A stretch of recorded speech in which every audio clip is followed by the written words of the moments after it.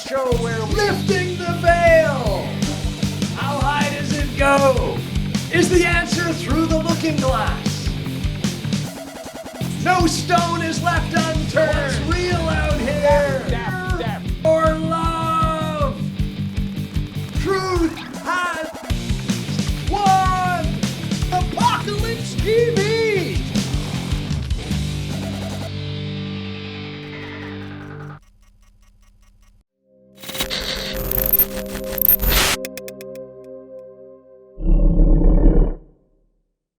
Easy Tigers, I hope everyone is fine and dandy. Today we're going to be doing something different and we're going to be looking at the Bosnian tunnels with someone's exclusive footage. Let's have a look. I'll pass it over to Craig Campbell. Hello, Craig. Hey, how you doing? It's my footage. Whee! Yes. Very well, actually. How are you, Paul? You all right? Yeah, I'm all good, mate. I'm all good. Fresh as a daisy. Yeah, good. Are you excited to go into the cave? I can't wait You're to ready have a look, to go, mate, and see what's happening. Awesome. Because I want to reference it with everything I've come across in my travels as well, in England and in Malta. So I can't wait to get involved and have a look, mate.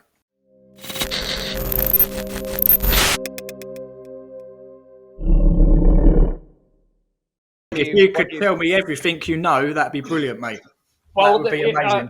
I guess the curious bits are that it's a tunnel that's been filled in by, as they describe it, and you'll hear Balmer Harris describe it as a secondary civilization. So an unknown, actually, civilization. There's a lot of history of that region that remains very much in the dark.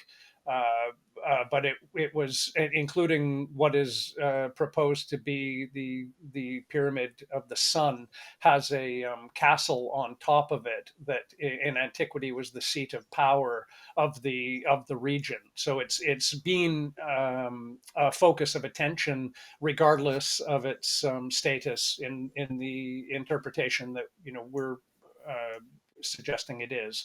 That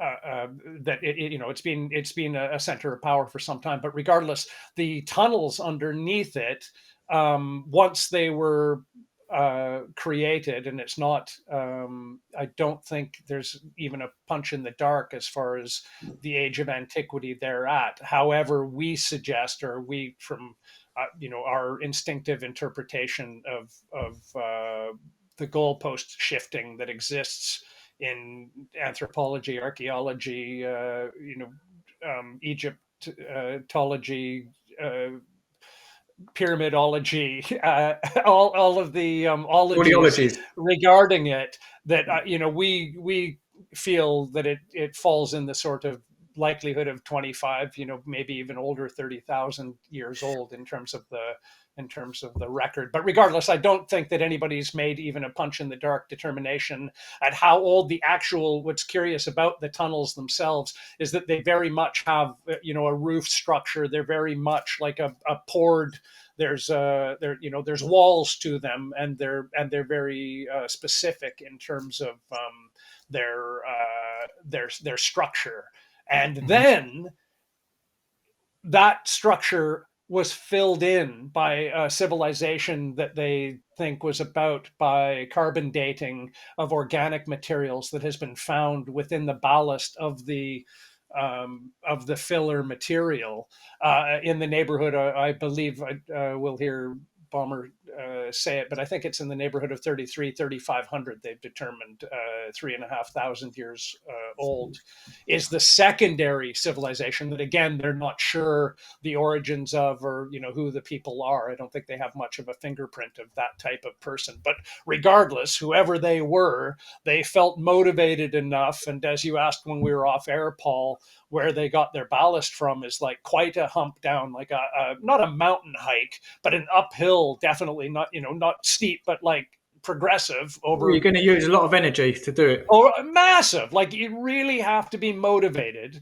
to want to fill in these tunnels as they have. Yeah. And that's exactly what they've done.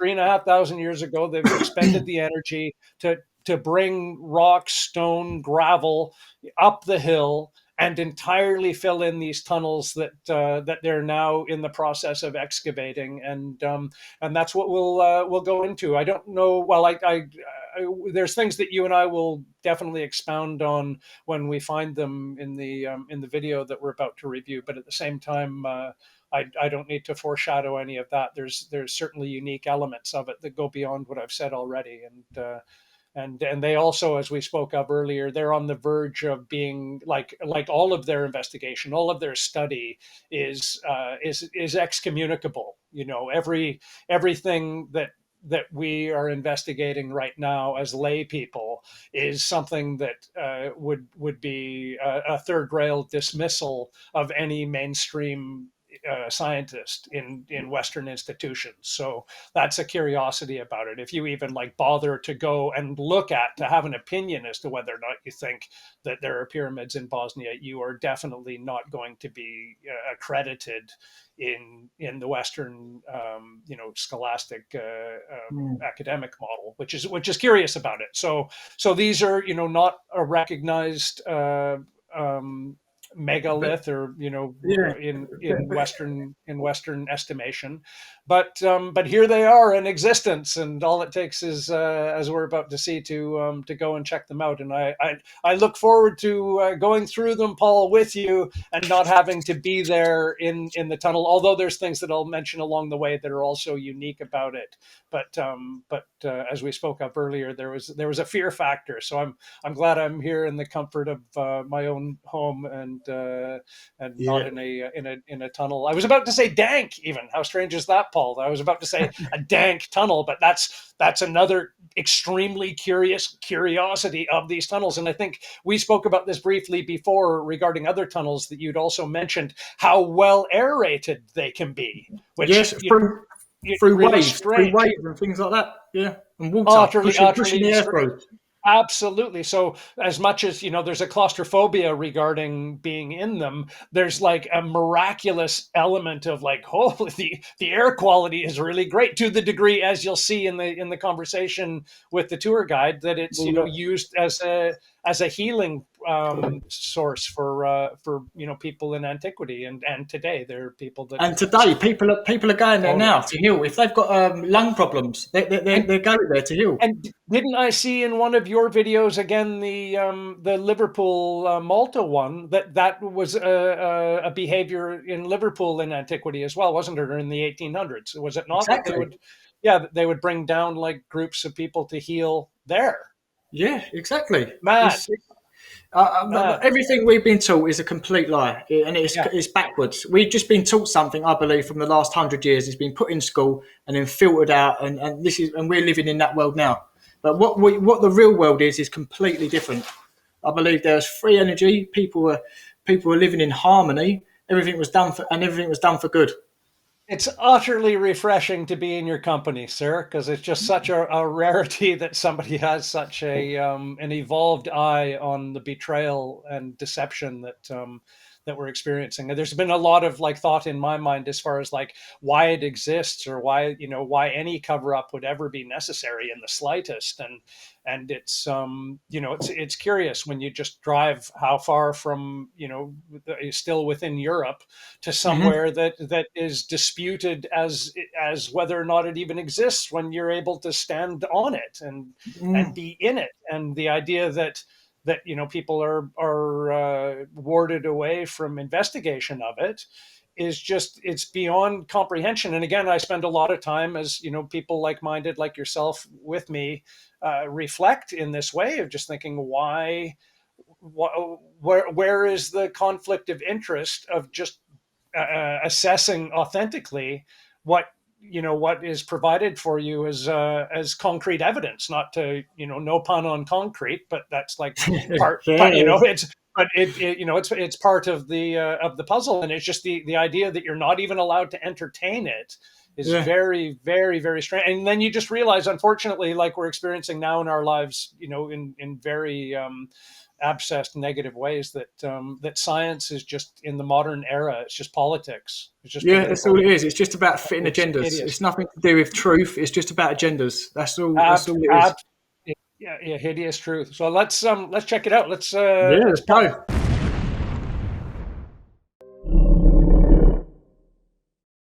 Wicked. And we people, we have called it a cave. And it was just like 70-meter long inside. There was no door, images, wooden roof, above the head, nothing but the hole.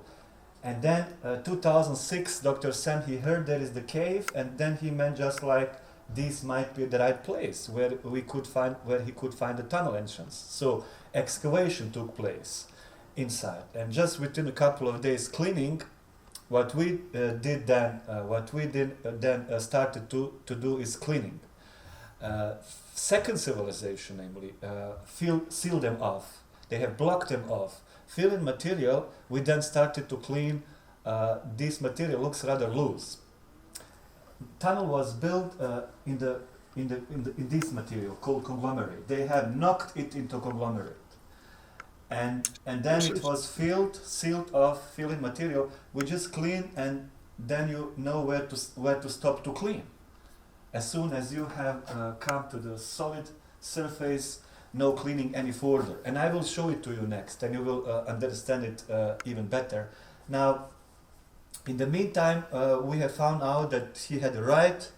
He then had the right that this is not the cave, and that this is not the mining area, since there are no traces, material exploitation traces left behind. No minerals, is that what you mean? Yeah, yeah. Now so we will slowly go no in. mining. You will watch your heads.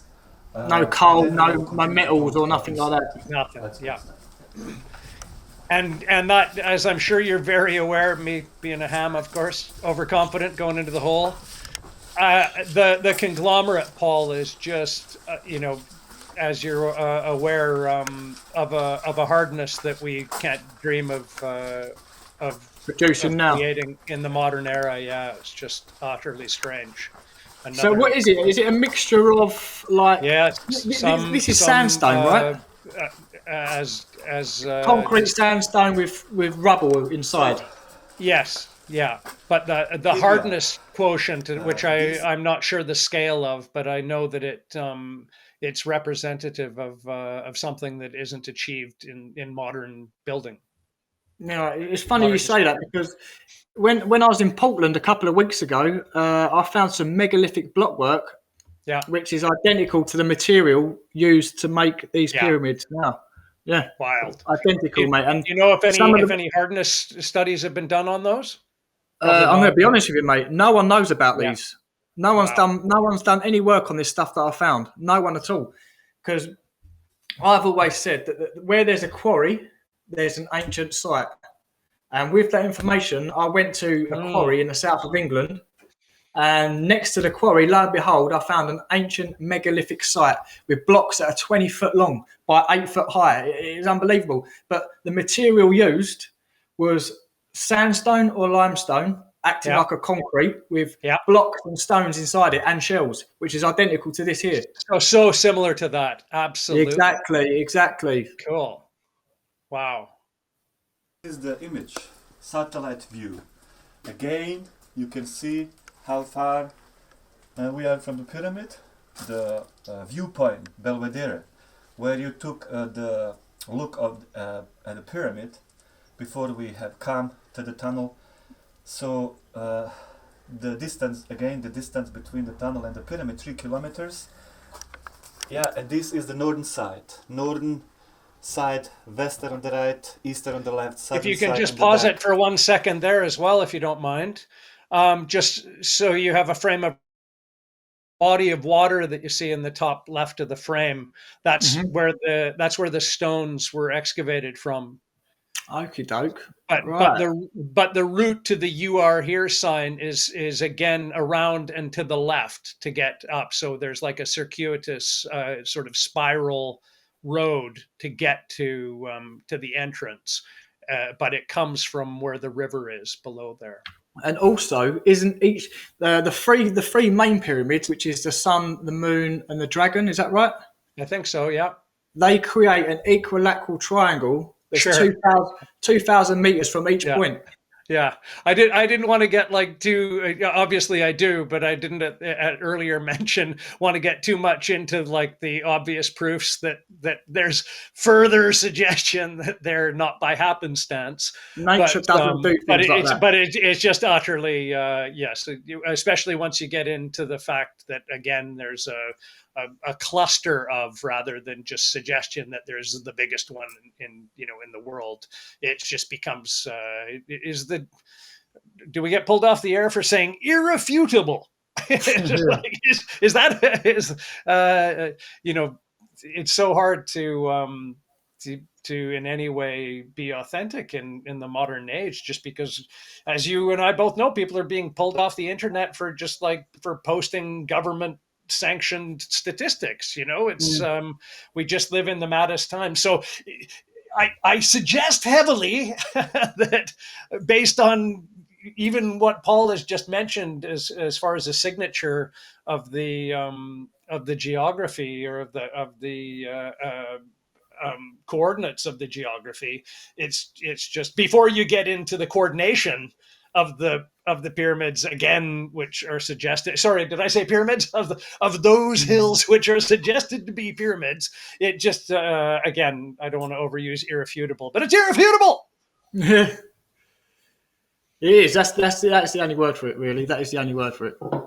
And it's also actually to go a tiny bit further there, and I'm sure you might enjoy the walk down, the creativity of proposals in your mind, that when you get into, if you accept, or if you're willing to accept that, yes, they very much are pyramids and a group of them, then you can get into being somewhat more awed by the idiosyncrasies of them, similar to the tunnel being filled in by a secondary civilization. But more than that, the other, said to be pyramid structures have damage on them, Paul, that are very, very quizzical, to say the least, to assess. Like, if they are pyramids, what has happened to them to leave them in the condition that they remain in? Because it's, the best, I think, descriptive word would be cataclysmic. Mm-hmm. They've experienced trauma in their genesis, which is, I think, a curiosity about them. And again, it's funny, once you're speaking with someone like yourself that can adopt the understanding that we can agree to what we believe them to be, then your mind can go in many different directions, can't it, to try and like propose how it could have why it's even there, or what it could be used for. It allows your mind to use different processes in space to consider different problems, because you're not stuck on whether they are or they aren't. You're just working with the other unknowns that sometimes people don't like to stumble over. Yeah, shit. Well, I believe if you don't believe they're pyramids, you haven't seen all the evidence, because it's like the word you use is irrefutable. You can't deny that. I watched videos last night of people going over the pyramids with detector things, and they're pulling up electromagnetic frequencies. Yeah. And you've got, I don't want to go into it now because we're going to come across it, but you've got ceramic blocks down there. You've got negative ions.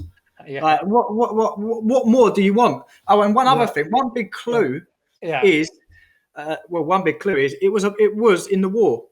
So that's what happened to it. It got damaged in the war, and someone just put a load of grass over it to cover it up.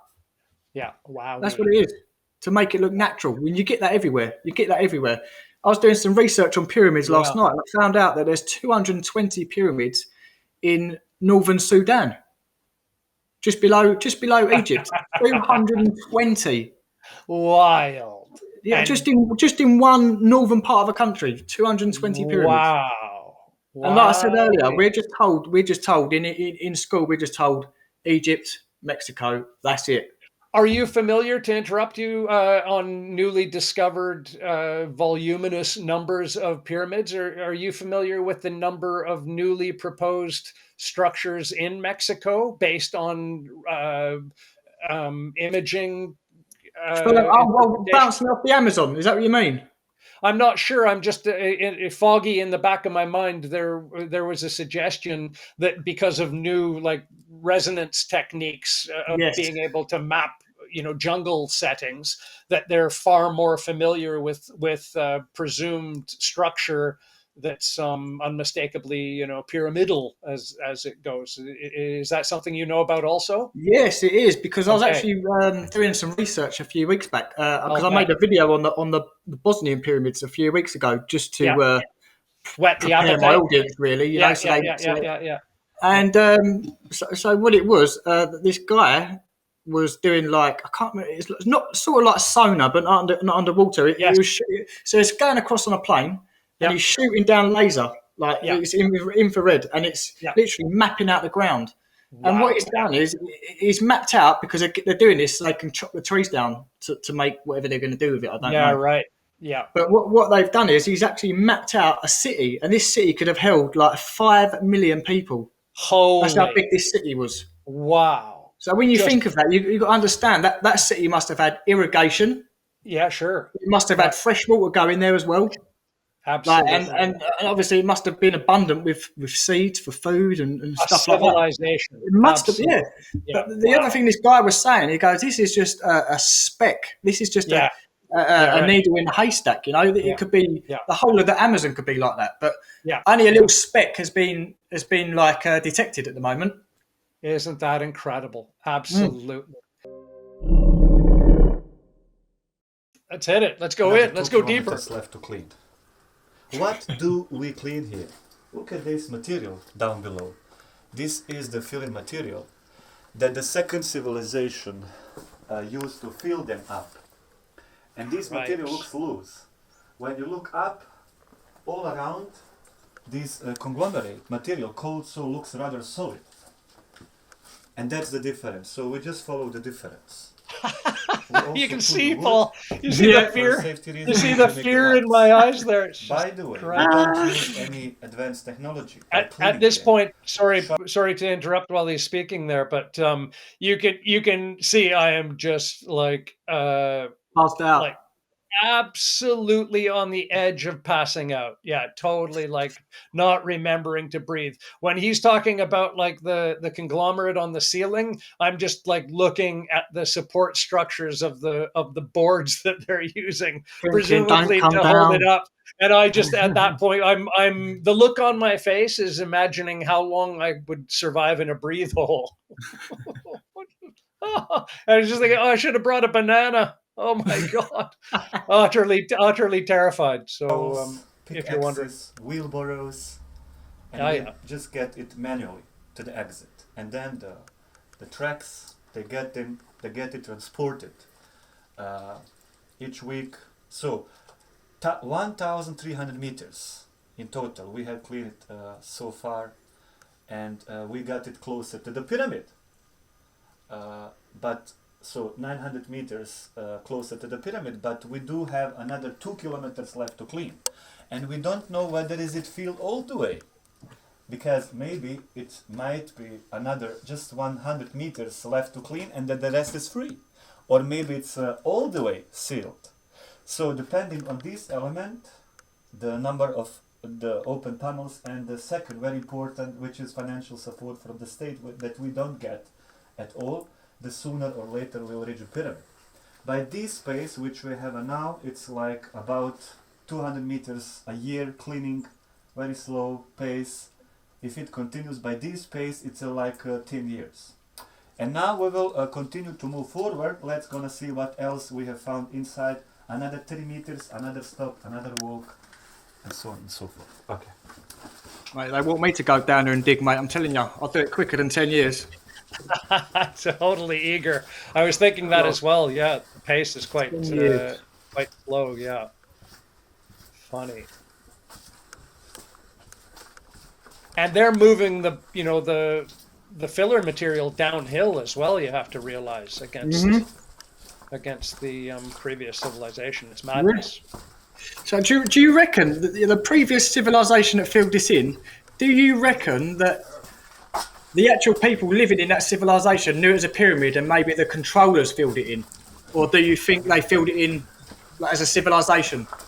I have to, if I get the pronunciation correct, make a parallel with, is it Gobekli Tepe? Is it Gobekli Tepe. Gobekli Yeah, I often get that wrong. We know what you mean. We know what you mean. Yeah, you know what I mean. Yeah, that the same way that it was filled in mysteriously, it's left me at a at a philosophical dead end as far as presumption as to why or how that was done. Just because it's so incredulous, isn't it, Paul? Just like Mhm.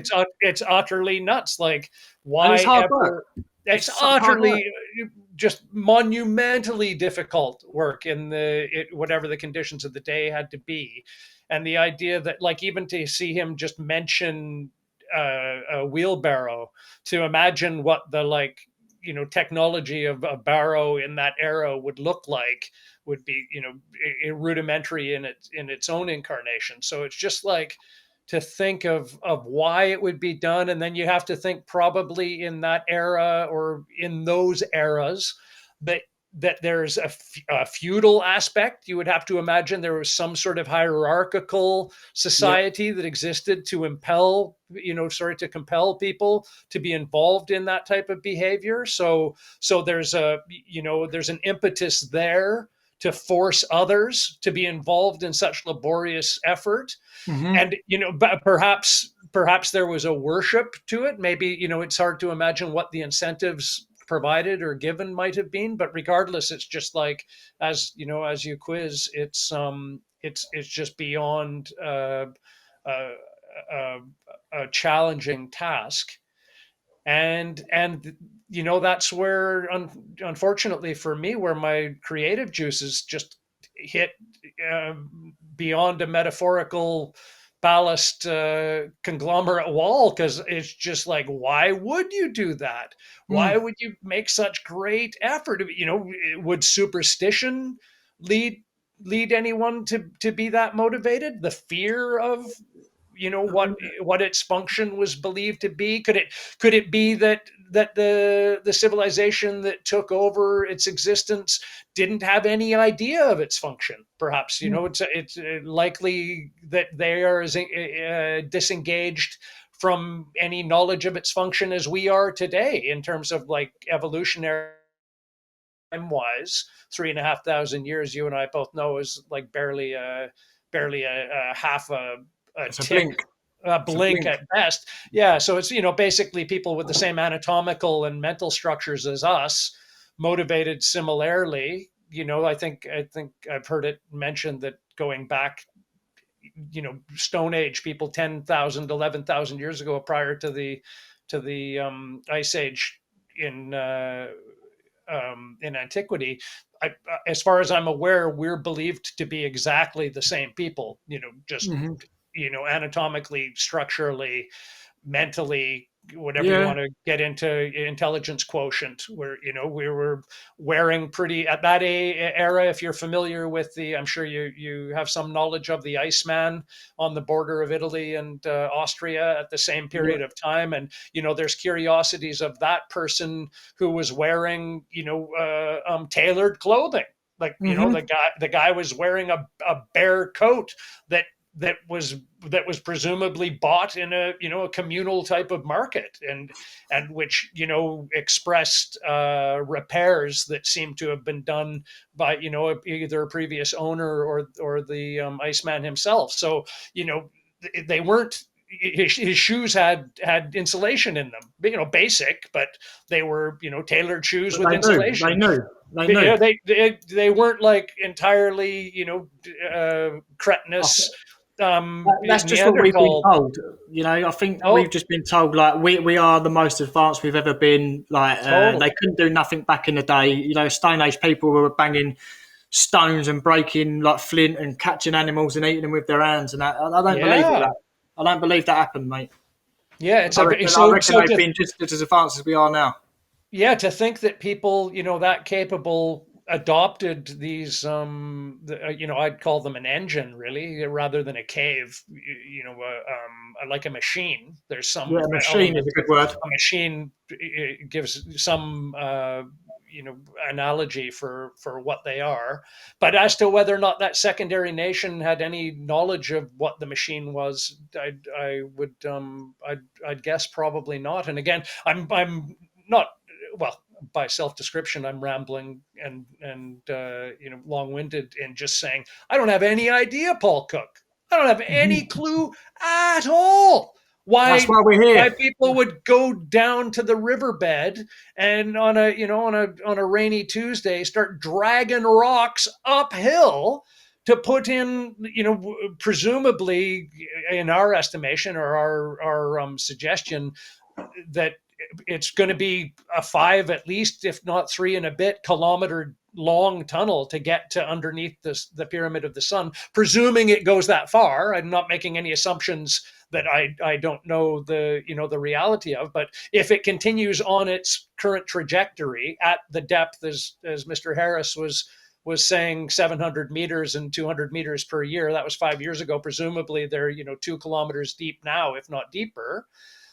It's curious that that much effort would be made to close up something that either was incomprehensible to the people living there at the time or was so important that it was deemed necessary to protect. And that's then you're back into from what exactly. What scared There's so those many people questions. so much? It's all questions and so few concrete answers. No, again, Concrete answers. Ar, hey, yeah, it's wild to say the least. But you could see I wasn't even the right color in that tunnel, Paul. You can see like I was ashen, and I probably remain so just because. Look at the structure of look at the support logs, and I understand that. No, it don't look safe, does it? It's got a real rickety it's feeling to it. From like Western worlds. I know it'll be like if you go on a building site, it's all health and safety. Like you're not even allowed to go up a ladder without it being signed off. Exactly. You come to somewhere like this, and you've got like flimsy bits of wood holding up like look at internal the crossbeam pyramids. Look at the crossbeam behind you right now. Look at that, like the top. I know. And then look at the rock hanging over it. Totally. Just like the idea that like half a railway tie would in any way, even slow down a rock of that size. It just, you and I have, we've seen industrial accidents before. It's biblical. It's biblical. Nothing stopping when that thing just jackhammers into your silly hat into your shoes like a cartoon. Brown bread, mate. There's just an expression in England, brown bread. So I had that playing in my head. I quite enjoy watching it with you as well because I can take in even much more of what Mr. Harris is instructing us of his interpretation, just because at the time I was literally just scared dumb, actually. Just probably wasn't in the best listening ear. So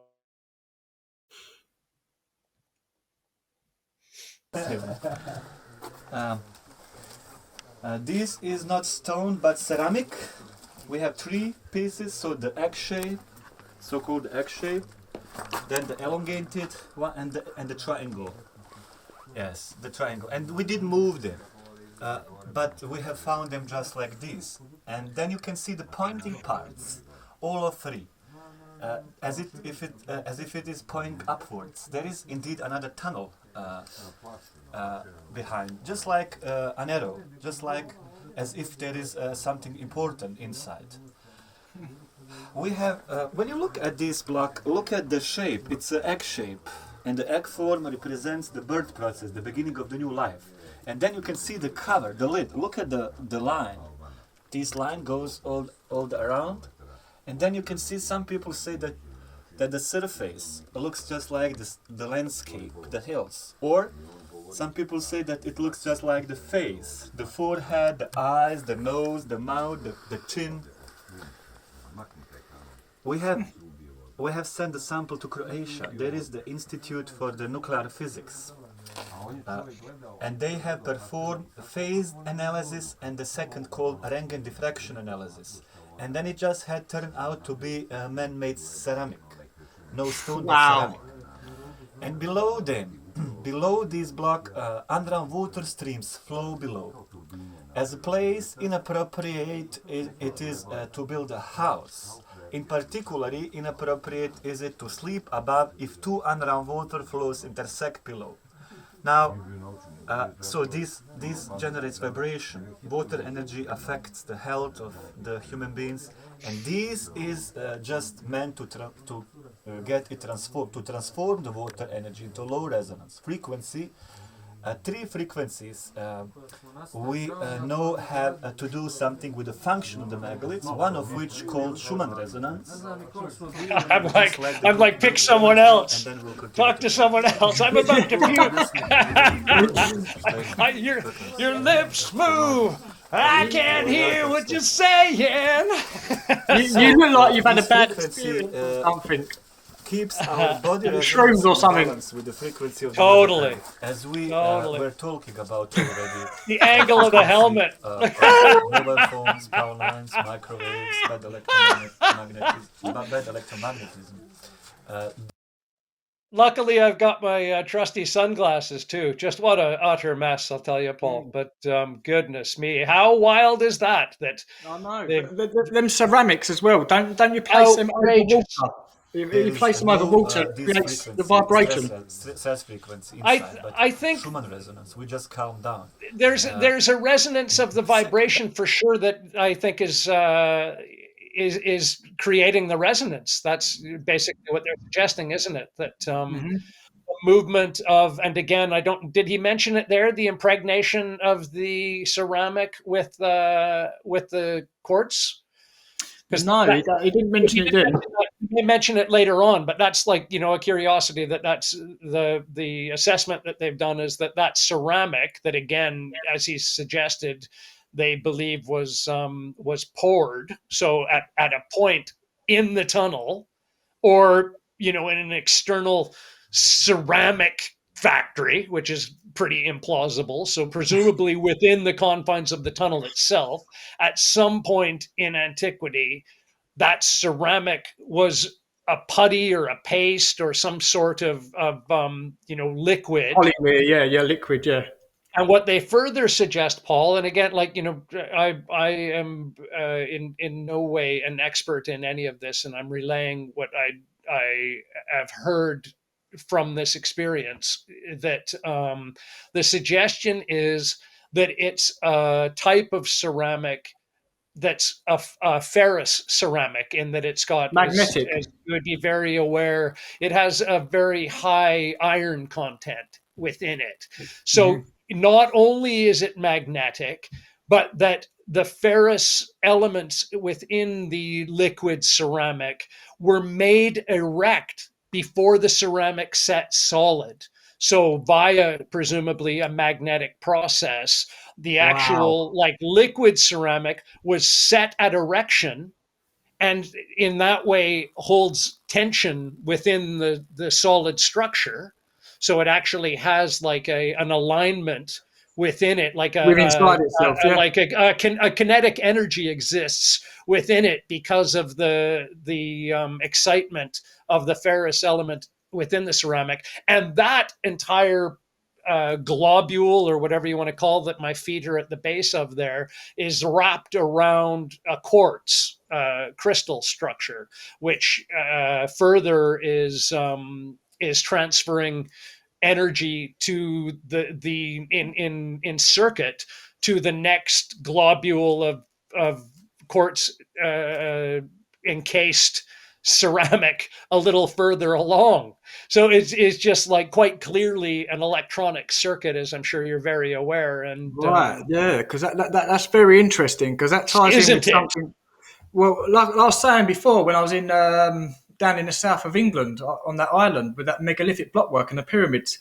Yeah, I'll show you in a bit. I've got some photos of it. It's poured limestone with flint and crystal inside of it, just inside of it. I've got so obviously it's there for unknown technology. Yeah, definitely. So now we're into this, like, what a puzzle that adds to it. And again, why I stress, I don't know if we spoke on camera regarding it, but like when I find the opportunity to converse with people about this experience, I very much stress, like, neither here nor there whether or not you want to like overcome your apprehension to believe that it's a pyramidal cluster, or whatever you want to consider it being a pyramid.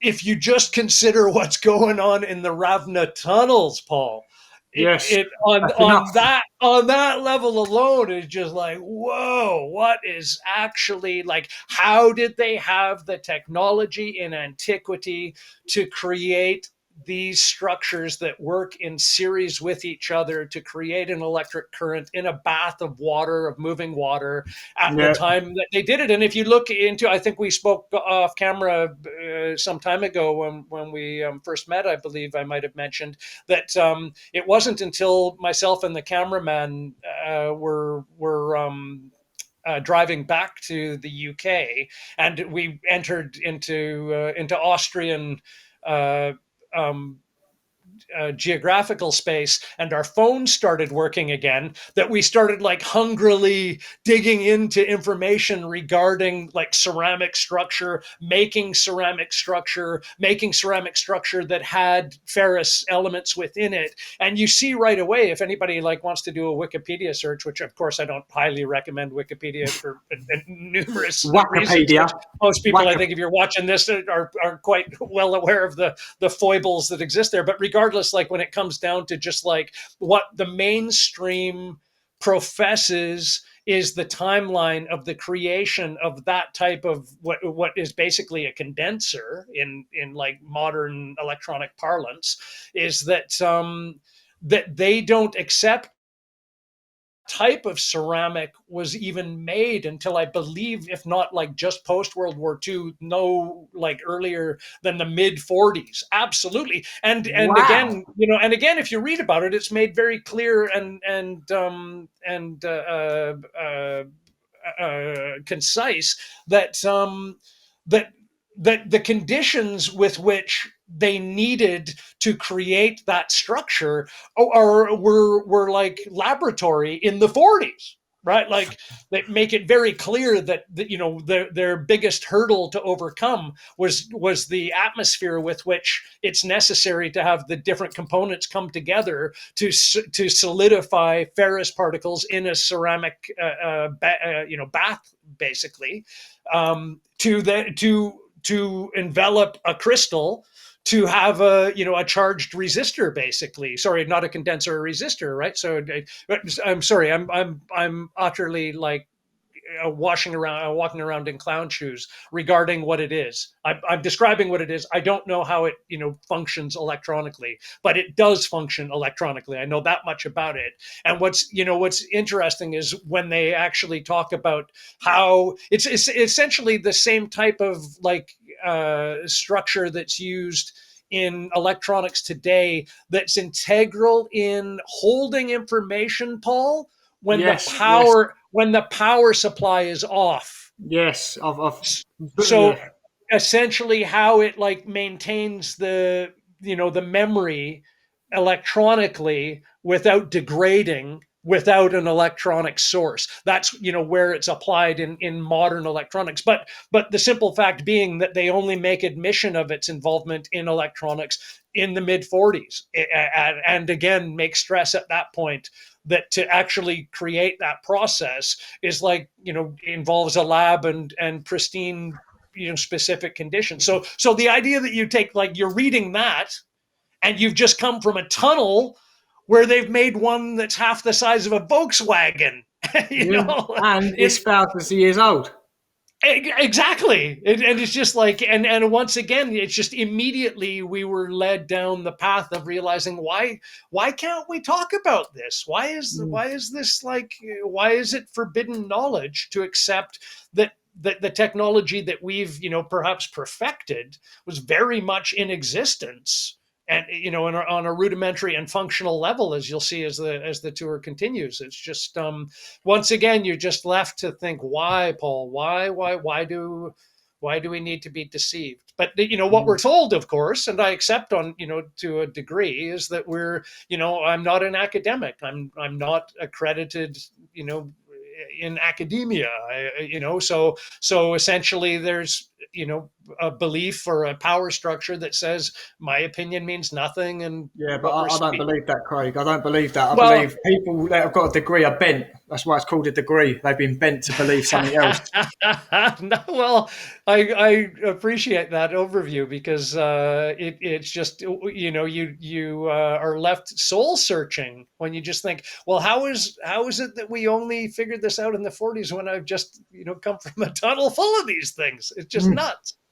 Well, I actually last night I was doing some research on crystals actually, and it said that if you put Okay. ultrasound,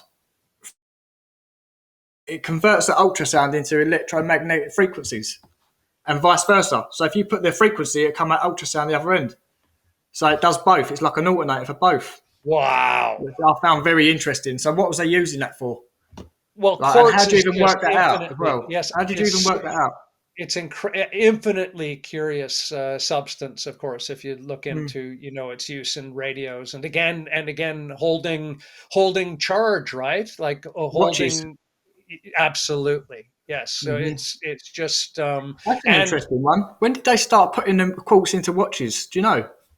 no, not the exact dates on it, but it was It must be certainly after World War maybe Two then, I guess. 50s. I was going to say, Yeah. yeah, like just like after, it was used extensively in radios from maybe the 20s to, to now. But the quartz watch, I think you're right, was sort of in the, just post World War II in the 50s, because Mm. it was quite an event, obviously, wasn't it? It's just like, Oh, it's a massive reset, wasn't it? It was yeah, just literally going around oh, and totally. literally smashing Yeah, up old sites like yeah, in like Malta. Like World yeah, War Two went on for 5 years, but it was exclusive in Malta for two yeah, years. yeah. So that when they'd done their job there, they smashed up everything, blocked everything up, they moved to another place. That's how it works. I think they call them theatres, didn't they? That's what they call Wow. them. That's what they actually Okay. call them, theatres. So when they go and do a job, it's called a theatre, which is No ironic, surprise. obviously. Zero surprise. Yeah. Absolutely. So we're now in, if you want to comment on that, the block that my feet are on, that is even, I don't have any answers for that. That's mystifying, and it seems not to really function with the other Maybe you need globule. two. Maybe you need two, like an anode and a cathode, or a yin and a yang. Maybe. Maybe you needed two. I hadn't even considered looking at that, but yes, there would be, if both of them contained a charge at different. One could be negative, one could be At, positive. yes, and they're clearly at odd angles, so Hmm. it could very well be that there's a specific charge where my boots are, and it wouldn't surprise me now to think that might be the look on my face. But if you don't think they're not poured and you think they're natural, just look at the one your foot's on. That is a complete Totally, rectangle. that's what I mean. That's what I was asking you to Because I question, can because imagine some people saying that the stone on the right hand side, the bigger stone, totally, could be just a yeah, stone. But then yeah, if you look at the one next to it, it's clearly it's been poured or moulded into that shape. it's just So if anyone that's the says they're mad thing. stones, they're not stones. They're ceramic, poured ceramic. And it looks like there's sort of placement holes for perhaps wood or something. Who knows what could have Just going been. back to the TVs a minute and stuff in the quartz in that. They also used to use mercury in the old TVs and the radios as a receiver. Did you know that? No, Yeah, so they no. used to put But I'm yeah. now recalling something vaguely about the discarding of old TVs and radios being poor for the environment. So it's very likely that, isn't it? Yeah, I mean, I think we was told because of the gases in the tubes, but I'm pretty Right. sure it's to do with the It was mercury. the That's the mercury. real, yeah, that's the real reason. Yeah. No shock there. No surprise. Cool. So let's move further down Back the electromagnetism. tunnel. There is no this frequency, stress frequency inside, but Schumann resonance. We just calm down. Second benefit, no bad cosmic energy, no bad cosmic reads. Our body cells, they fight them outside and don't communicate properly. Since there is no bad cosmic energy either, body cells can start to communicate, and they fix the problem. Self-recovery process takes place, self-rejuvenation process takes place, and this is the reason for to say that this is not the place for the dead man, but rather for the living man. different sorts of health testimonies, people coming with sugar in the blood, spending 45 minutes when they get out, when they check it for the sugar in the blood. So these Diabetes, you mean? the value. Yeah. When they come with a headache, the headache is gone. When they come with different sort, let's say hypertension, asthma, concentration of the negative ions, which we will be talking about, is 10 times higher than on the mountain. And so when we have measured the aura, Killian photography measurements, 2 times, before and after, we took 70 individuals. They have spent 45 minutes long inside, and then we just found out that the aura gets added if they were lacking the aura on a certain part of the human being's body, that the aura then looked better, so that it just got added. Wow. And therefore we know that this is not a place for the dead man. Neither no, it's living. It's a place to heal. Those things to be found inside of the pyramid either.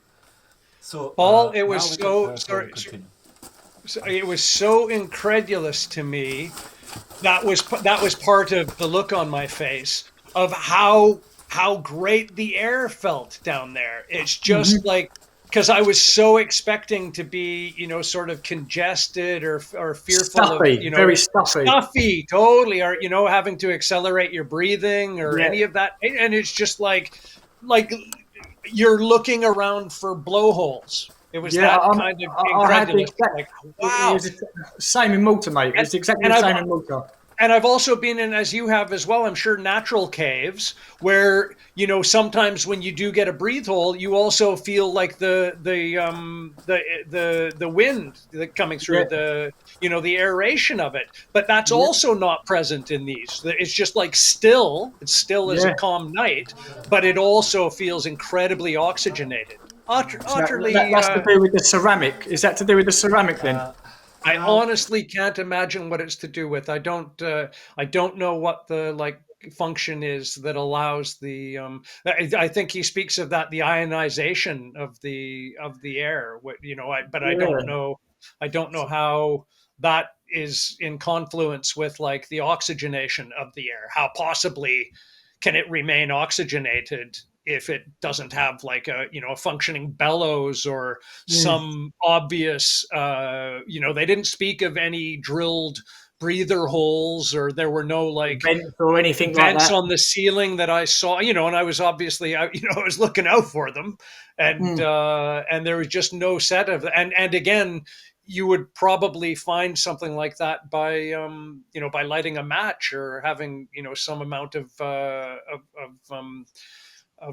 air direction or circulation, and that just didn't seem to exist. So that's part of also the I'm not going to say it's magical, but it definitely has a magical quality where you just think, wow, we're way deep in, we're more than half a kilometer deep in a stone mountain. And breathing, it feels like you've got aircon on. It feels like you've got aircon. We're at a bus, totally. You just on a beach anywhere you can think of. Just wonderful. Really, that's strange. why I loved it. In Malta, in the summer when it was 40, 45 degrees, me and Abby would be underground, because it'd be better under there. It's so much cooler. a Brit on holiday in a heat wave. Underground. Where do you find Paul? He's in a cave. Yeah, caveman Paul. Very good. People asking, how do we know where to start to clean? In other words, how do we know where there is another tunnel entrance? How do we know about the difference? Look at here, please. This is the best place where you can easily distinguish. Easily see the difference there. Wild. See, but the other thing is, though, even though you can see the difference, you've got the material that you're gonna pull out, right? Yeah. The material that it's built out of is identical to the stuff that I found in Portland. It's identical. Totally. So it must be the same builders. Must be the same builders, or they had the same as a universal same technology. Yeah. Yeah.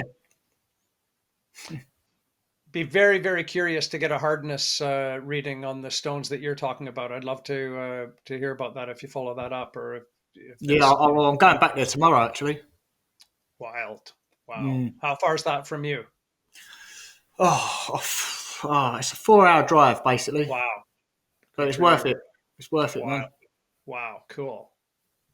Like there's pyramids over there as well, Craig. Like megalithic stone. I'll get John to show the pictures later on, just so we can compare the concrete knock up there, and we can compare the quartz and all stuff like that. Yeah, I'd love to see that. Yeah, brilliant. Cool.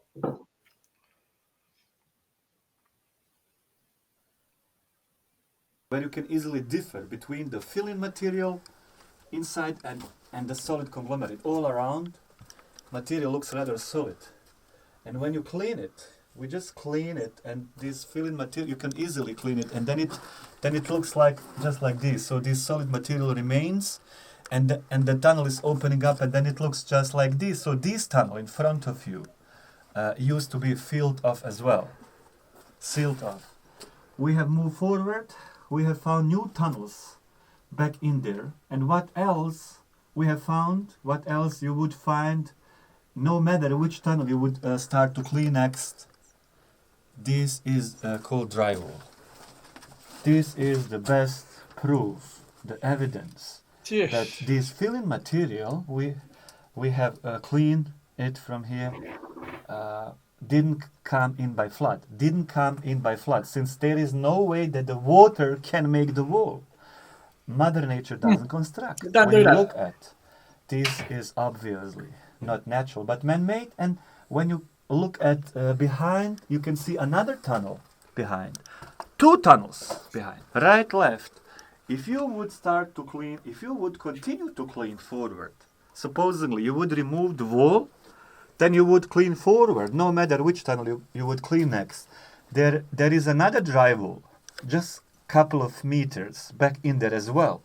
Now, this is the evidence, again, that this filling material didn't come in by flood either, but by man, since there is no way that the water can make the wall.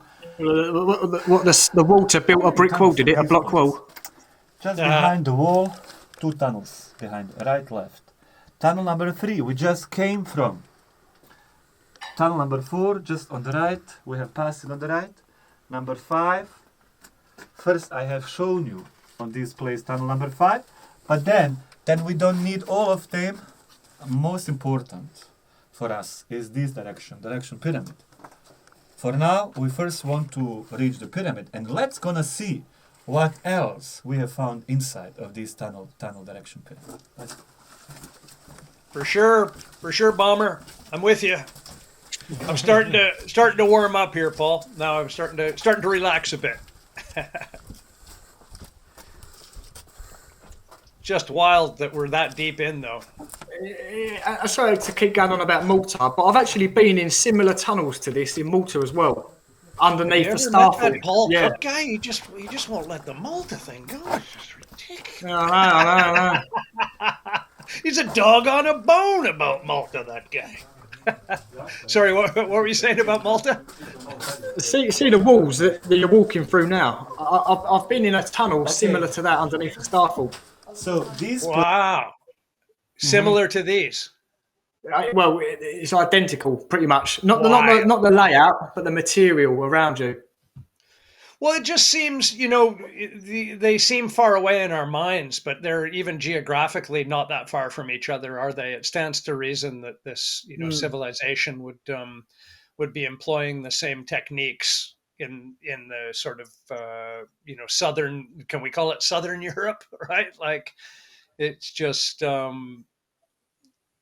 I think the idea that there was a capable civilization across the globe is just I can't keep catching my words, Paul. It's just ridiculous. I feel like we're just not allowed to like declare what we believe. It's so odd to kind of self-edit, but but yeah, let's wink, nudge, nudge. I agree. Yeah. It seems logical that there would be in Malta. We are sitting right now, called healing chamber. First, when you look up, you can see there is a 4-meter ceiling height. 4-meter ceiling increases on this place. Second, When you look at around, you can see, when you turn around, you can see it's like 12.5 meters long and 4 meters wide. How many square meters? 12.5 by 4, 50 square meters in total, floor dimension. And then we have 8 tunnels. We came from that side. Then we will continue to move this way. Then we will make the circle. And we'll be back in 50 minutes again. And then I will show you tunnel number 3. Besides them, those 3 open tunnels, we have another 5 still filled, sealed off. One of which is in front of you, just on the right. There is another drywall. Another 2 we just have passed it on the right as we have entered the healing chamber. Tunnel number 4, tunnel which is 4th one, which we still didn't open yet, is just on the right here. 90 degrees at this tunnel, which we will go to move next. And the tunnel number 5 is just over there on the left. 5 tunnels closed and 3 open. Means this is like the crossroad. They have approached from different directions. And this image here, this image represents the measurements of the negative ions. Concentration in the air. The higher concentration of the negative ions in the air, the better is it to breathe. And the best ionized places, the best places to breathe the air. Such as on the mountain in the wood, 5,000, Igman. So-called mountain nearby the Bosnian capital, Sarajevo, 5,000. In the center of Sarajevo, 300. Here, 50,000. And this makes this air healing air. I mean, 50,000. When a lot of people come in, breathe it, we consume this concentration, and then it decreases throughout the day. In the evening, 18,000. No tourists inside. During the night, concentration increases. Next morning, 50,000 again. And that's the reason why we gave it the name a healing chamber. So this concentration detoxificates the body, clean the atmosphere from the dust, kill bacteria and viruses. And then it helps a lot the people who suffer from asthma and bronchitis. When they spend time, when they breathe, they even don't have to use spray for a while. So in the meantime, we have medical doctors, lung specialists, sending them here to breathe the air. And I wrote the article last year. I met the woman, her daughter, she got a surgery. And she had a problem with the cysta. What's called cysta in English? Cysta, yes. Right wing lungs. And then they almost have cut it off. Thanks God, they didn't have to do, but after she got surgery, the lung capacity decreased 43%. And the doctor himself, he heard about this remedy, about the air in the tunnel. Dr. Sam, he held lectures in Czech Republic, Slovakia, and the lung specialist, he sent her to Visoko. She used to breathe the air. She came twice to Bosnia just because of the air inside of the tunnel around. And then a couple of days, couple of hours breathing the air, and then after that decreased lung capacities increased from 43 to 93%. And hello, how are you? Ima samo minutu. Može? Imam jednog volontera, samo je danas volontirao. Dobro. Pa nek ti se pridruži, nek vidi, nek čuje. You understand English? Yeah. Where are you from? Okay, welcome to Bosnia. Samo je danas Which place in Spain? Barcelona. Barcelona. I just wanted to say Barcelona. You look as if you came from Barcelona straight away. Okay, you can join us. You can join us. Okay, hoće ti join us tamo? Odo ja vidjeti podgram. Ja, ne mora. Evo, svjetlo. Tourists. Nemoj da se pokvarilo. Damn tourists! And this is the reason why the healing tourism has been improving ever since we have found out about those healing properties. The air is better, the frequency, and the water, not only drinkable, but even healing water, healing properties water has. So the air, the water, Must be alkaline. the frequency inside is better than outside, and which other conclusion we could drive at that point if not to say that this is the place for the living man? And some people look younger. When they get out, we don't recognize them. You always look younger. We can continue. Okay. Where are you from? Canada. Oh, nice. Hola. Hola. Hola. How you say hello in your country? Hola, señorita. Chucking it around, you know, Paul. You got it. Float it, right? Hola! ¿Cómo estás, Kiara la Favifa. señor? Kiara. What did you say? Kiara? Love you something? No, Kiara la Favifa. Can I have a beer? Ah, Kiara La Favifa. But I'm saying it with an English. I'm saying it with an Essex accent. I don't know. All right, mate. Oh, what, mate? Yeah, Kiara la Favifa. We miss another.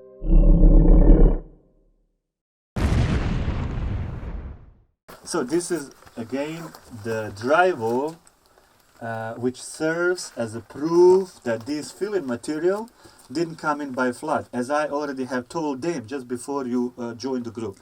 And why is it called so? Why the name drywall? Dry because there is no cement. They didn't use any binder. They just put the stone easily, one stone on the top of each other. And the round shape indicates that this is the stone from the riverbed. Second civilization sealed them off. First civilization made the tunnels, and the second had filled them up. They have filled the tunnel with the filling material they got also from the riverbed, and they blocked it off with the wall. They filled the second, they blocked it off with the wall. Where the second intersect with the tunnel number 3, there is the wall number 2. So inside of this filling material, we have found organic remains. We have found the leaves. So the wind had blown them to the riverbed. Filling material, they got it from the riverbed. Second civilization, we have found them, organic remains inside. And we then have sent them to European institutes where they were carbon dated. And the age, it just had turned out to be 4,600 years before Christ. Wow. Based on this, that this is the age when the tunnels were sealed off. Wow. How many tunnels on this place? 1, 2, 3, 4. We just came from another 2 over there. 6 tunnels. Healing chamber, 8 tunnels. The place before 6 tunnels. It's a huge labyrinth. And now It's like he's selling Ginsu knives in a mall, Paul. People come from all around the world. They first ask where It's like a game of 3-card Monte with Bomber Harris. And there's 4 tunnel if you go straight left, a 2 tunnel, long bit here, 5. There's 5 tunnel with 4 tunnel. So that was like a cross section, basically, like underground. Some sort of labyrinthian, lattice or patterning. Yes, absolutely. Yeah. As far as like its symmetry, I don't know if he makes a case for that. I don't know if you've heard him say that yet.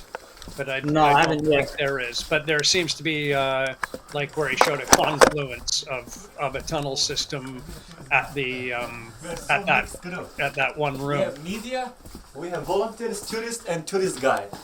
Has so big group. Well, I was volunteering. Stop trying to get laid and get on with the pyramiding. Yeah, I'm glad that we have people from all around the world who want to take a part, who want to be healed. Yes. Healed. Yes. Heal us. Yes, and that's Stop showboating, Harris. Between this project and another for God's sake excavations in the world. It's not elite science.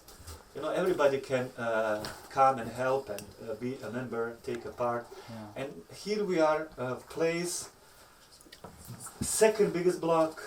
We didn't find it completely inside. What does make difference now between how it looks now and how it looked 2006? Tunnel went just like this, okay? And this small piece, part of the block used the size of that thing, Paul. The rest of the block in the stone, in the sediment. Massive.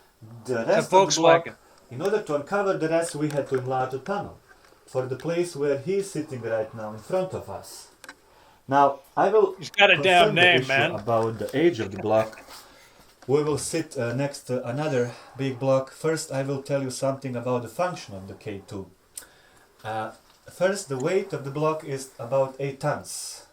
Second, below this block there is a stone plate that you can see on the image. Or from the side opposite to me. This block is not on the ground. They first put the stone plate on the ground, and then they have placed the block above. Between them, calcium carbonate binding material doesn't allow this block to move. They have fixed it firmly. And inside of the block there is quartz stone. How do we know this? We have performed the georadar screening analysis. The X-ray got released, and then we have found out no ceramic but quartz stone. Wow! Just imagine sort of the crystal ball embedded inside of the block.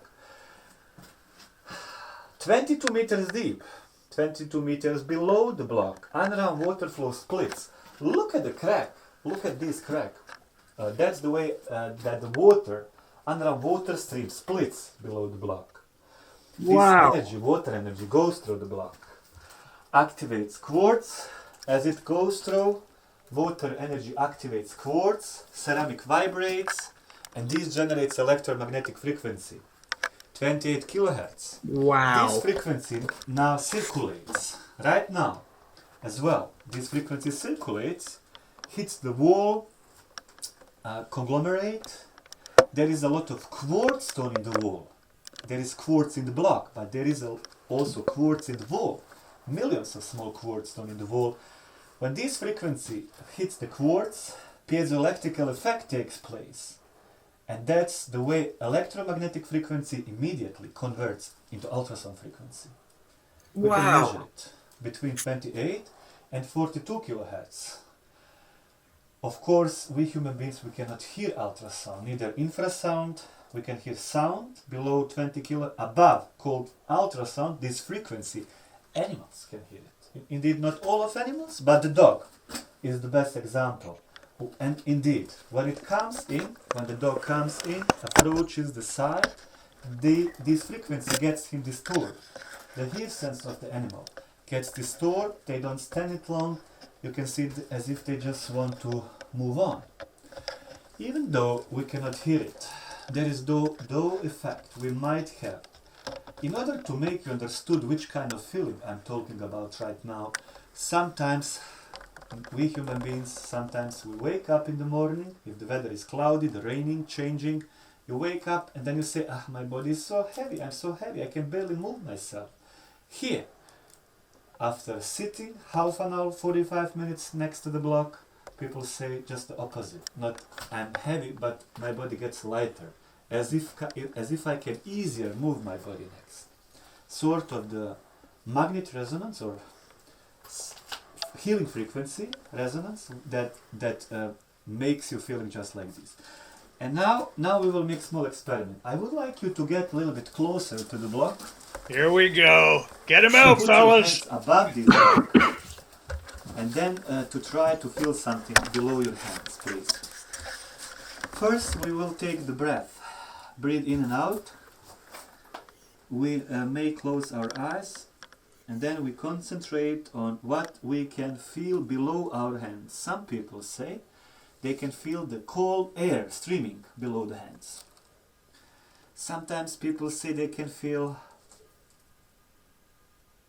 tingling, itching, ants. Sometimes people say they can feel vibration, pulsation. It's coming from the block. They can feel their hands get warm, cold, one hand cold, other hand warm, or both hands the same. It depends, it's individual. And just because the aura of the block is all around the block 4 meters, 8 meters radius, it means that you can feel, or you might feel the same even if you raise your hands above, just like this. That's interesting. Or even if you don't do anything, just by sitting next to the block, this energy, this megalith generates, influences your aura, and then when they measure your aura before and after tunnel state, that they can realize that it just looks better comparing how it looked before you have come in. It's just all around better for. And this surface, some people say that it looks pretty much similar with the relief or with the landscape of the Visakos Valley. It does look similar, pretty much similar to how it looks in real life. Two rivers we were talking about yesterday. We have come down to the riverbed. And the second, so Foinica meets Bosna, just in the center of the valley. And this, along the riverbed, let's say, is the natural landscape.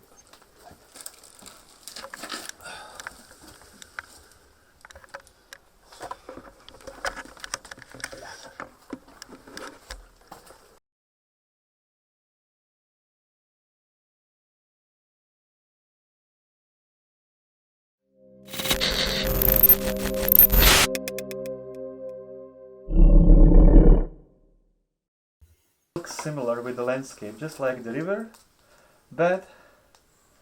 Yes, and just from the side, from down, just show you. Just a second. So, just like this. Don't look at the pictures. Look. No. Just like the landscape, you see? Two rivers, hills, with detail. Like a map, like a landscape. I was unconvinced, by the way, Paul. I don't know if you can read that from me. Those are my hands. It's very strange. Checked it for radioactivity? No radioactivity. Wow. Cool. Block. So just a frequency, electromagnetic frequency, 28 kilohertz, ultrasound, inside of the tunnel, and infrasound.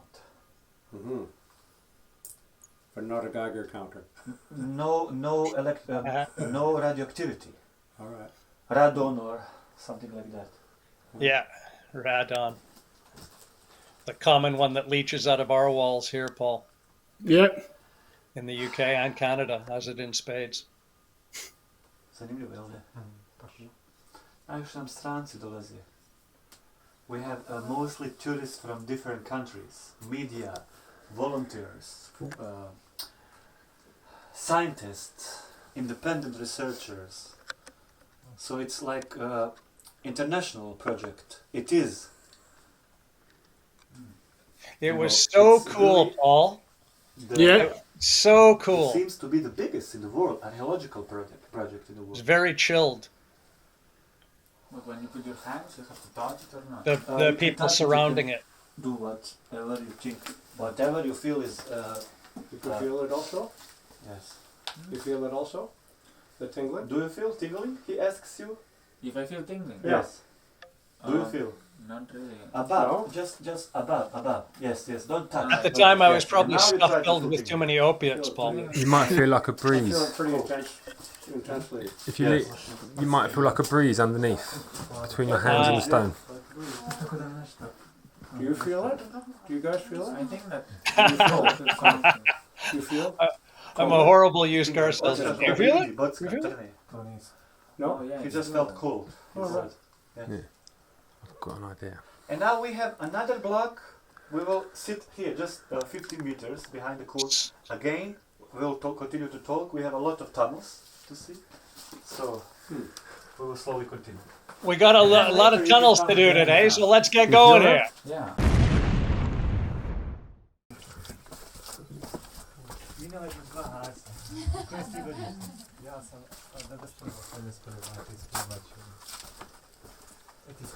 Yes.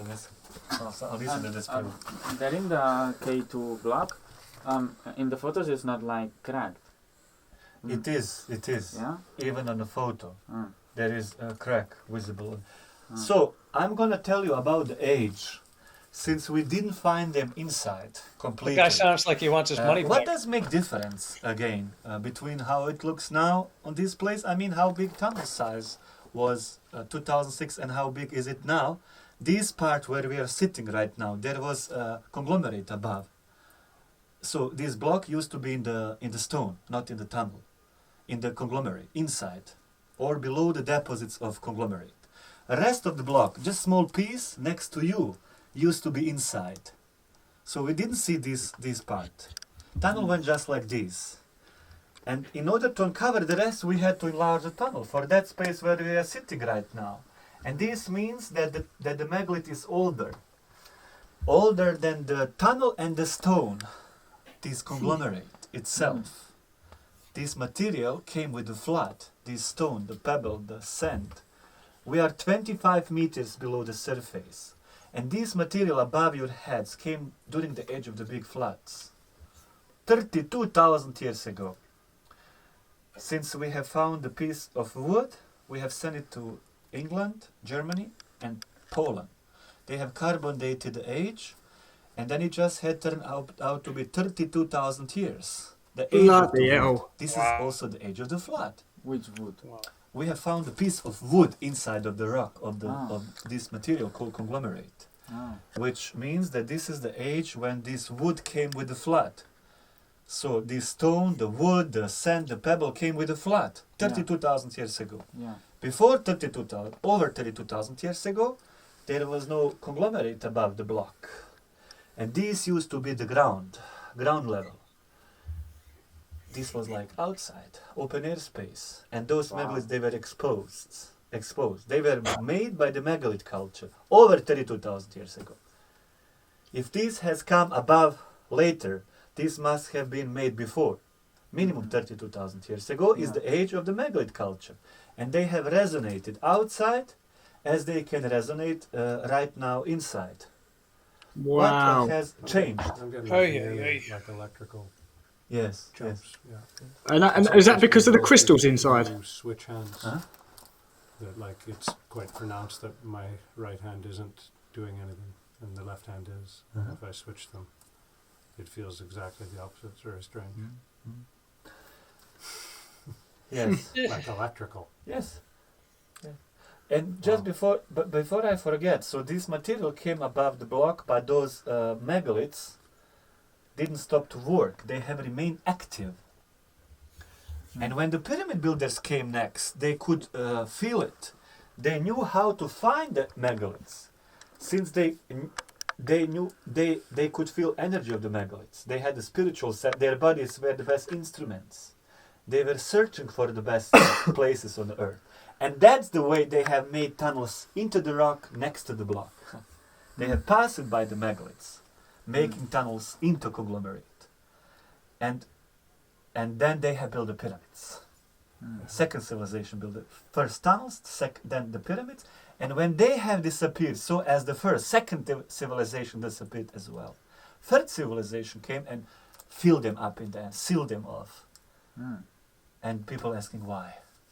Maybe in order to, this is the frequency. This frequency, when it circulates, then it gets amplified. And then it goes under the pyramid. It goes inside from below. It goes into the pyramid. It's spinning. Physicists, they have performed measurements on the top. And they found out that this frequency goes through the top. Amplified frequency. It's even stronger. The higher you measure it on the top, the stronger. Instead of to decrease, frequency increases. Most probably, this frequency goes throughout the ionosphere.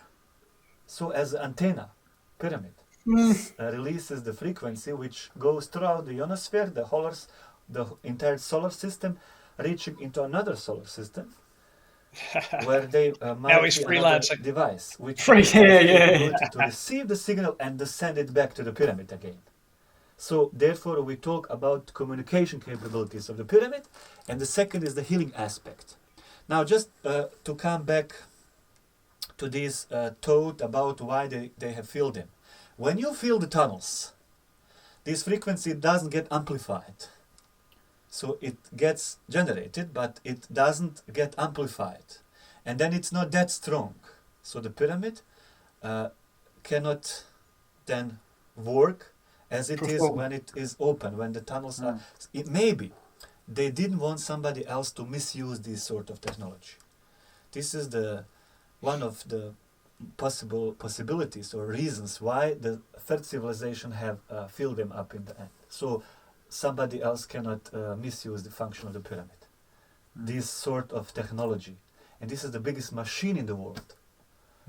Not only the biggest pyramid, 220 meters tall, but even the biggest since Cheops pyramid is 147. 220 means 1/3 taller, but at the same time biggest machine on the planet.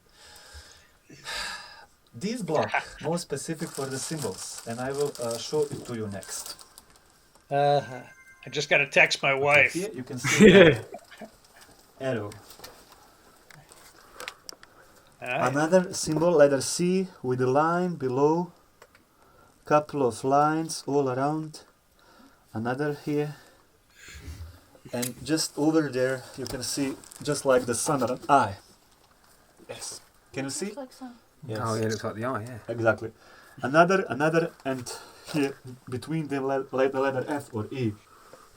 So we took the prints first. We have uncovered it. Then we took the prints of all those symbols. We then have put them on an image just behind you. When you look at, you can see 25 symbols appear. So we don't know the meaning. We didn't decipher them yet. We do know, however, that they were. What is that? Constellations or something? Or what is that? Who knows? Utterly. So this is what they found on the ceramics. To their proclamation, yes, that's exactly. It looks like alchemical symbols, doesn't it? I think that if I'm guessing, it looks like of what they're saying is etched in it. I don't think that's a graph of it close up. If you know what I mean. I think. Yeah. I think it's a graphic overlay, personally, but I don't know. Cool, that's mental. That is crazy. Pretty mental, anyway. I'd love to know what that says or means. Yeah.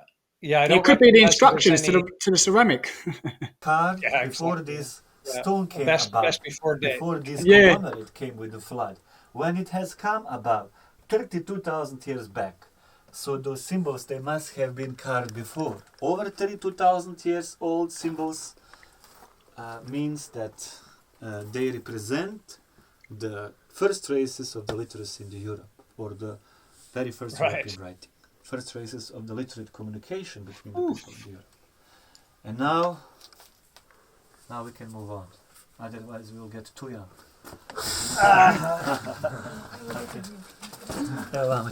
Sorry, we just continue this. What should head for?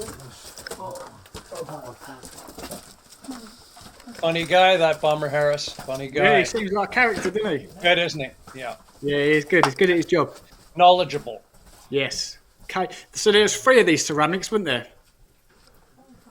Yes, exposed, I think, including that rectangular block under my feet. Yeah. You're into like 4 that we know. And then that K1 there was the biggest one. Right. But even the first one that we were putting our hands on was, pretty massive. Camera doesn't do it no justice, does it? Sometimes, really don't. Without light control in the tunnel, it was a little bit. Would have been awkward, I think, to blast it out with artificial light. But maybe next time, huh?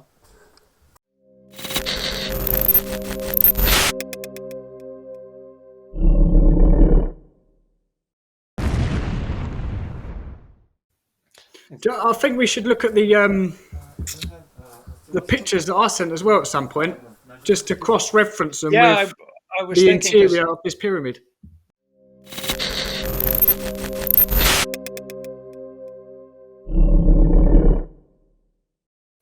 Because the main thing out of all that is really the crystals in the limestone that I wanted to show you, and I want to show you the actual concrete blocks.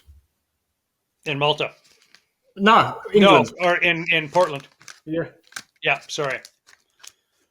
I was thinking of those as one and the same. So, Yeah, here we go. oh, neat. Wow. So these are massive, by the way. These are like, because there's my boot in the corner. As you can see how big that is. Oh, yeah. And just scattered throughout these poured limestone or sandstone blocks, you can see crystal. Breakwater. Wild. Yeah, you can see crystal and flint. Flint is quite unique in its existence in the UK. The Romans used to travel quite a distance to harvest it because it didn't exist in many places, but did in obviously Flintshire, But the Blackdown Hills in Devon is one of the places where it was harvested from in antiquity, and again they would like make pretty huge pilgrimages to go and get themselves some flint for tool work. It was pretty interesting that they would embed it that long ago, because again it was a rare substance. Yeah. I'd be curious to know, Paul, if it existed locally. Yes, that'd be interesting. But look, it's just inside these, and again, this is like Dr. Bomber said, not Doctor, the Bomber guy said, it's this drywall again. It's a drywall. There's no cement in between it. Yeah, wow. And this is something, this reminds me of something you'd see in like the Amazon, and this is in south of England. This is megalithic blockwork, and it's got crystals and it's got flint inside of it. It's definitely got the asymmetry of Peruvian blocks. That earthquake proofness. And the intricacy is just off the charts, but also is the wear on it, given the age, is off the charts too. It's just mad erosion. Wow. That's a beautiful like stone that you're looking at there, Paul. That blue thing that you're pointing at is outrageous. That's the flint. That's the flint. Yeah, wow. Wow. When I was doing some research on the flint, it says that flint is very, very good for meditating with, and it's good at grounding. Very good for grounding. Is flint not technically a crystal? Well, I think there's something we've not been taught about it, because it seems to be in churches, castles. It seems to be quite a popular building material.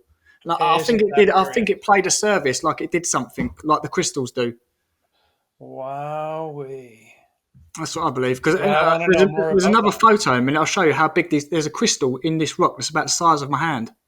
It's about 6 inches wide. Yeah. It's massive. Yeah. Well, and again, I'm thinking of like the value of it in antiquity would be that like people would be smashing the crap out of this for eons. Yeah. Well, we've been taught something different, haven't we? So we don't see the value of it really now. No, sure, absolutely. But look how old they are, though. Them blocks. Wow. Holy.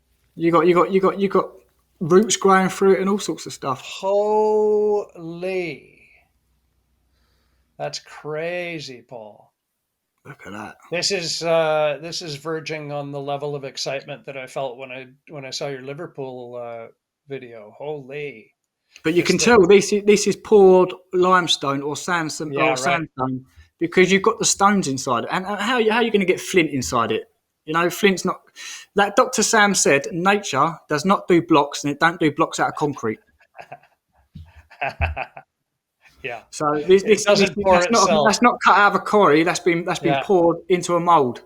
Yeah. With other materials inside it.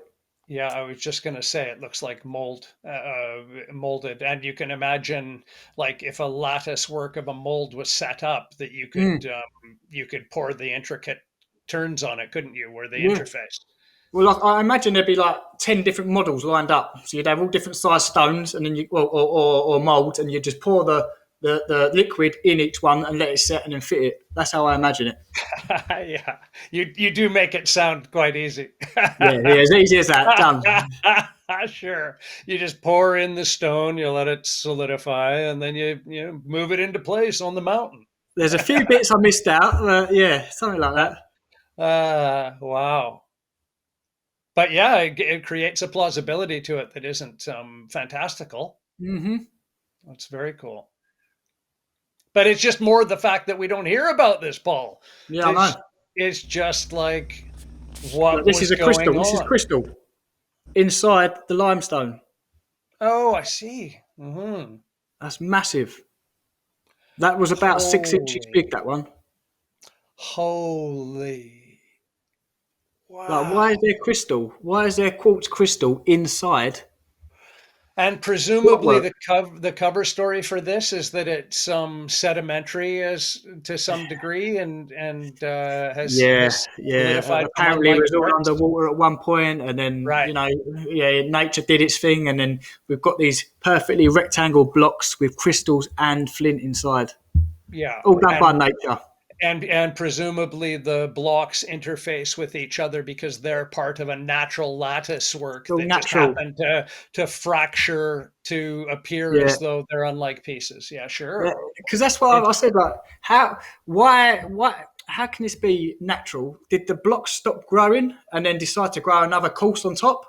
Yeah. Or was they growing at the same Yeah. time, getting bigger? Yeah, if you're presuming it's a crystalline formation that's growing naturally, yeah, which is, of course, if I can use the word heterogeneous, once you introduce that to the actual structure, it becomes even less plausible because it's not an independently growing, component. It's just quite clearly, as you say, poured blocks, or however you want to create in your head how that would form. But again, that it's so intricate that it interplays with the blocks adjacent to it that it quite clearly has to be poured. Mm-hmm. And then again, it leads me right back to the question, Paul. Why don't we hear about these things? Why can't we entertain the? We are entertaining these thoughts, and we are able to speak it. So I can't constantly clip our own, my own heels anyway with deriding the fact that we celebrate this. But it's just like, why don't we? Because it's like, it's as exciting as Stonehenge, just to posit the question of who did it and at what time. It's because it doesn't fit our narrative. It doesn't fit academic. It doesn't fit the school books, does it? So if it doesn't fit in there, then it can't be taught, because then they're contradicting themselves, I believe. They're contradicting their own narrative they created. So all this stuff is just natural. Everything's natural. It's an elephant in the room, certainly. We're certainly at that point. Wow. But there are actually, as we'll see on the pyramid footage in Bosnia further, that there's some very similar type of block work there on others of the pyramids to even complicate it further. Well, I've actually got this as another thing I'd like to show you in a second, actually, is the actual megalithic block work that I found. This is just part of something else. This is spectacular. I've just found like something else that's incredible, mate. If we could look at them pictures of the actual concrete blocks, that'd be good. And what's surrounding this? Where's what structures are near it? Anything modern? Is anything built on top of it? Well, this is actually on the top. This is the highest point of a mountain or a cliff. I believe it's all man. Look at this. Look at this. Wow! Whoa! Look at this. Right, like we're told this is not even here. We're told this don't exist. Look at the size. If I laid down, that stone that I'm sitting on is about 8 foot, because I'm 6 foot. Holy! And don't forget, we're on the top. We're at the highest point. Turret. Sorry, mate. It's a turret. It's a rampart. It's just it's part of a pyramid chopped in half. It looks like. Wow. Yeah, and in the background, if you look in the background, that was actually a tiered pyramid. That's been leveled off. Yeah.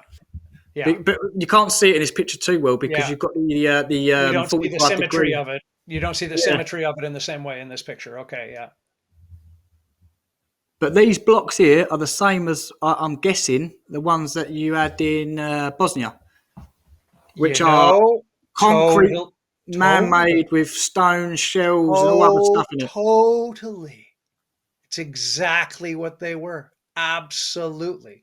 As the siding used in exactly the same, Here we go, close up. Structure. Look at that.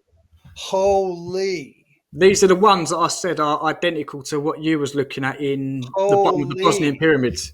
Yeah, wow. I think I'll zoom in on this one and you can see like all the different parts inside the stone. But it's definitely some sort of man-made concrete block. You can see you can see all the different parts inside it. The camera weren't too good on this, but that's why I'm going back there tomorrow to get all the best footage. Wow, that's just wild.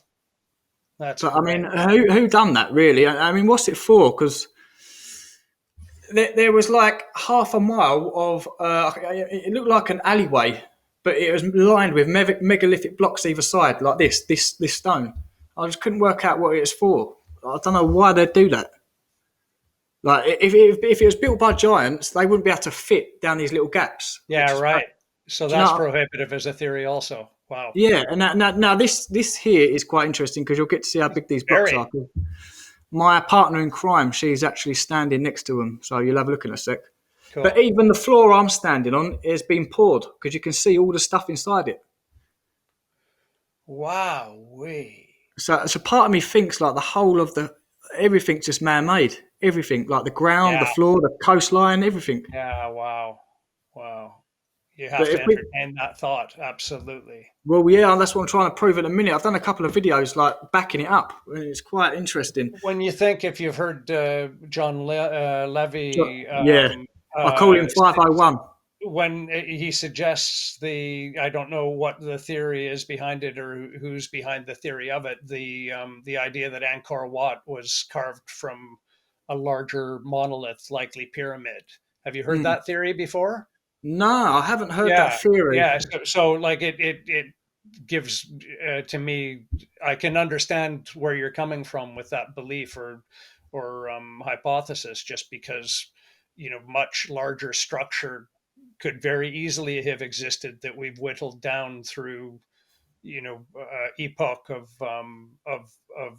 erosion and human activity.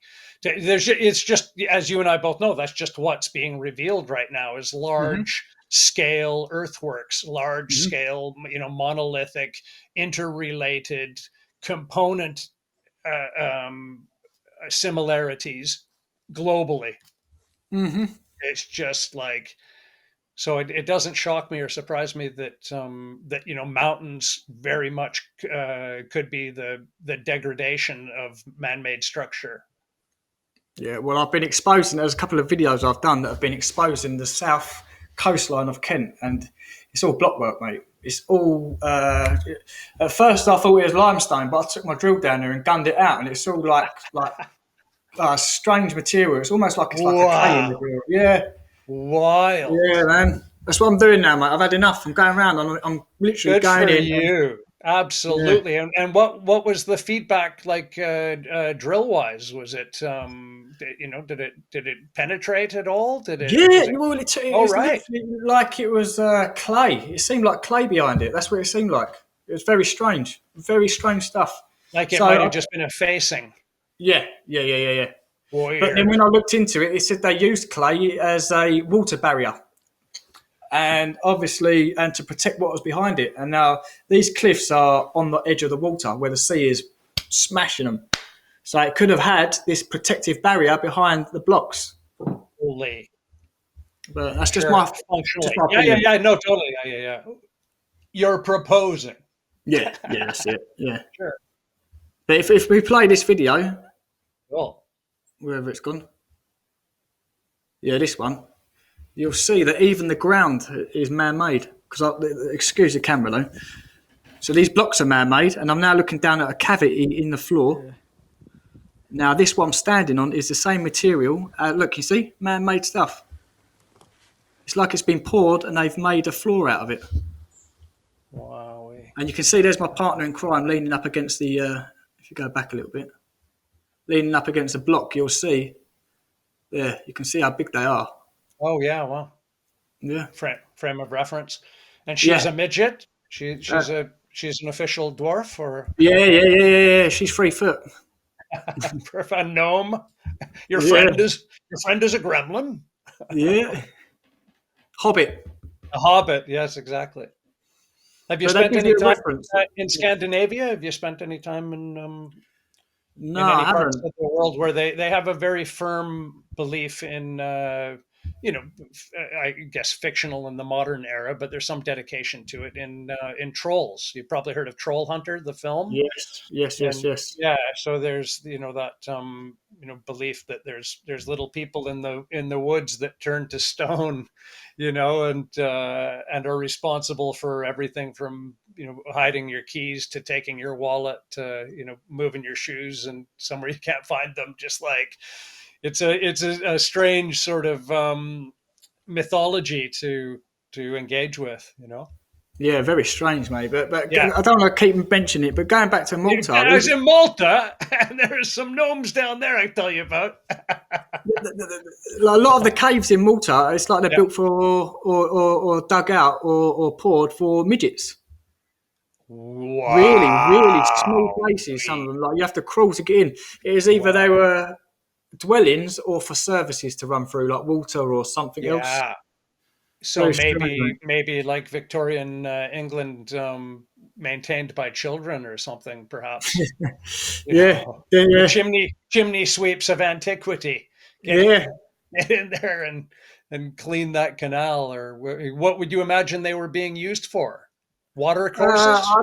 I either they're apartments for small people, these ones, or they were services like to put pipes in.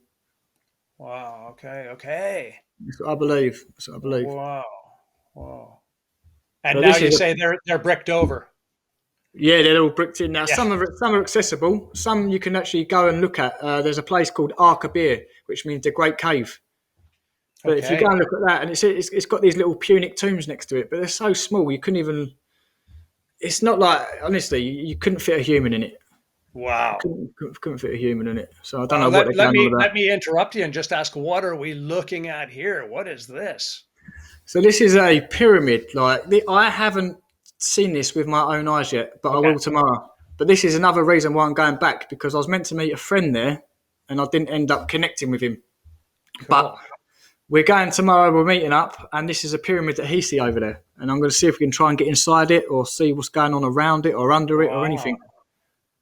So apparently there's a few pyramids on there as well.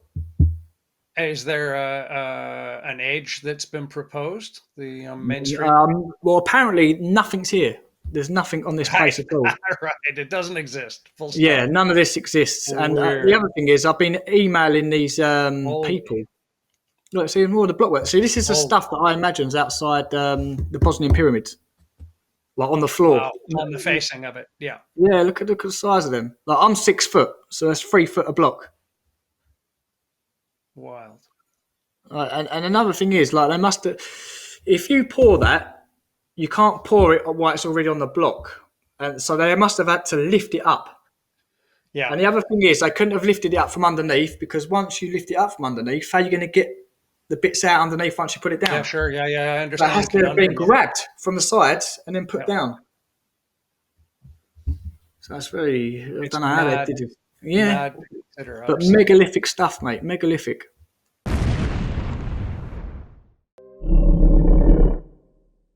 But I'm glad I showed you them stones, because they're the same, like I said, as what's in underneath here in these tunnels. It's identical, and on the face of the largest of the Sun Pyramid as well. It's just like it's quite uncanny to me to like. I'm literally, similarly to my reaction to your earlier work, I'm literally shocked at the congruency of the two building materials. So do you reckon it was the same builders? It certainly, I'd like to see them, because I'm working from memory of the ones that look to be shielding the here we go. This is exactly where we want to be. Thank you to our director for his this is what I was in my mind trying to recreate, and absolutely it seems to me to be a exact replica of the Durka. It seems to be exactly the same construct. I think we can get some better close-ups of that if I can now be picky. Here we go. Yes, this is the end of that clip. I'm in the same way incredulous as to how they could have interfaced with each other so perfectly, because as you can see, Paul, the segment between them isn't broken rock. It's not like fractured rock, because like you being cut. can see where there Or there's are been- yeah. fractures that give a foil to what you're theorizing might be. So you can see that they're like custom made for each other to begin with, and then they've been obviously raptured by some cataclysmic event to give them that exploded erosion to them. And again, that's why it's interesting that you can find bits, as we'll look at in a second. You can see bits where it's definitely fractured, and you can see a different weathering process because of its exposure. So I don't need to talk over that, because it's something that we could take a look at.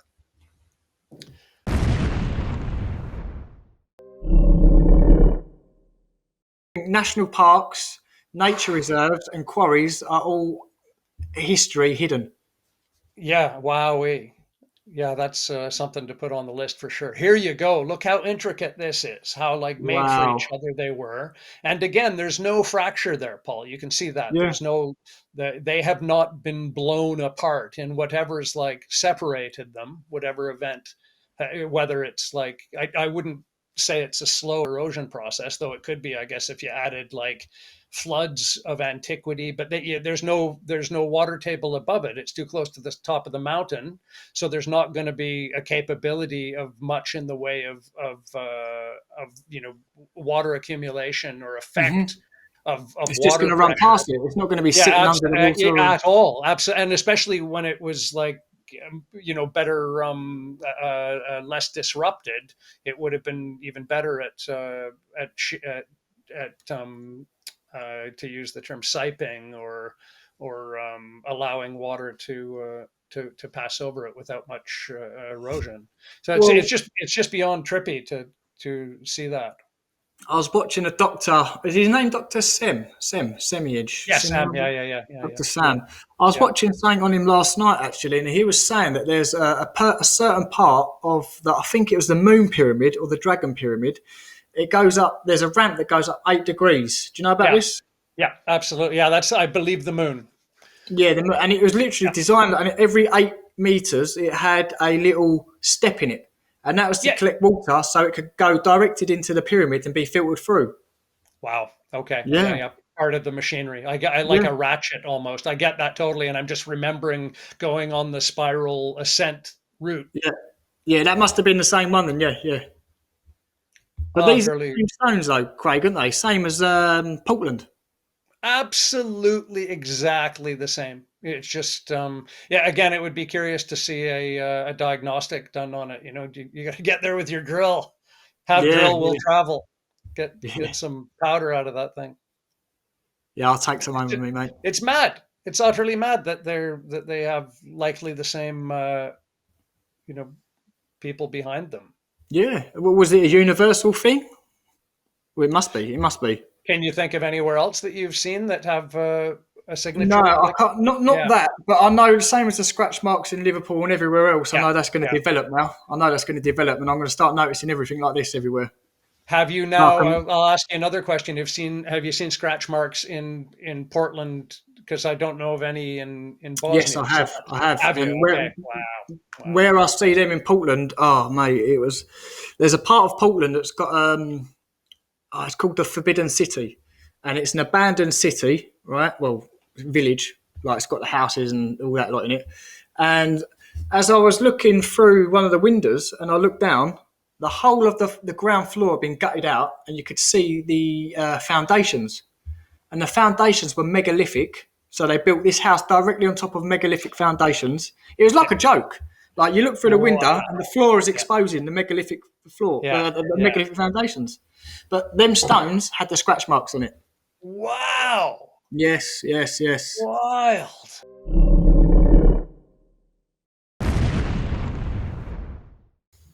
You and I both know that the sort of the mainstream suggestion of example, what the Great Pyramid of I love Bomber Harris's pronunciation, Cheops, of Cheops, the Great Pyramid of Giza is you know, the mainstream interpretation of what its function is just like it's beyond farcical. It's beyond laughable. Oh, that's a joke, mate. What, you want about being a tomb? It's just exactly as well. Yeah, just like the parallel theorizing that involves the tomb, you know, sort of hoax or dead end or whatever you want to call it. It's again just very depressing to think that that's like the mainstream's interpretation of their function. And then clearly you just have to right away again assume why do we have to disinformation here? Why is that necessary? Like, because we're being conditioned. That's why conditioned. No, totally. You're not allowed to think outside of that. To accepting absurdities as functioning realities. So that's, you know, a curious element of it, of course. But that's why they teach you that young, mate. So you don't question it, you know? And then it's printed in your subconscious for later on in life. Totally. Absolutely. An absolute hypnosis. Who's this? Dr. Sim? I wish. Yeah. No, we engaged them at a different time. Here we are at the top. Wow. So this is where the castle was in antiquity. I think in the neighborhood of, like, they say 1400. It's supposed to be the dragon, is it not? Pyramid of the Moon. So you see the pyramid there as well. Yeah, look at the angles on that. Yeah, totally. And again, they relate to each other geographically. 2,000 meters apart, yes, equilateral triangle. Here it is. Here's some of this now, by the way, Paul, is some of it is a more like modern renovation. Yeah. But it gives an idea of the castle structure that existed on the very top of what is argued as, I don't want to get us pulled off the air, but the largest pyramid in the world, the oldest and the biggest, as Dr. Sam says. Well, I do have a theory on this, Craig, mate. Right. Yeah. I've been doing some research on a castle around near where I live called Hadley Castle. And after doing the research, I found out it was literally a prop, just made up. Like, after surveying it, after surveying it, it's not a rampart. What do they call them? A folly. Yeah, it was just put there, and it's actually put on top of a mountain called Mount Zion. And after doing this research, I said that there was a pyramid underneath Hadley Castle. And they've slapped a load of mud over it, and then they've put a prop on top, and then you're not allowed to dig underneath that then. And since I've done that video, you've got Glastonbury Tor, which is a pyramid. You've got places in Malvern that look like pyramids, and they've all got these little ruins on top. And I believe it's to stop you going underneath and digging and actually finding the real history of it, you know? Yeah, that not shocked in slightest. Yeah, that face again, mate. It's that face again. Just like... We in the tunnel? Yeah, looks like it. Okay. Back down. That's a neat looking light, isn't it? You used to have an oscilloscope, one of those instruments. Yeah.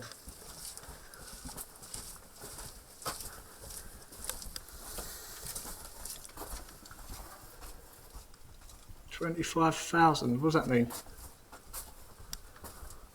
I don't know what a bovis is, or a bovis. Maybe feet? I don't know. I think it's a frequency. Oh, right. So how are these lights staying alight, by the way?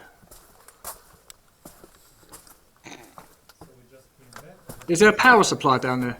Presumably a cable, I would imagine, from the mouth.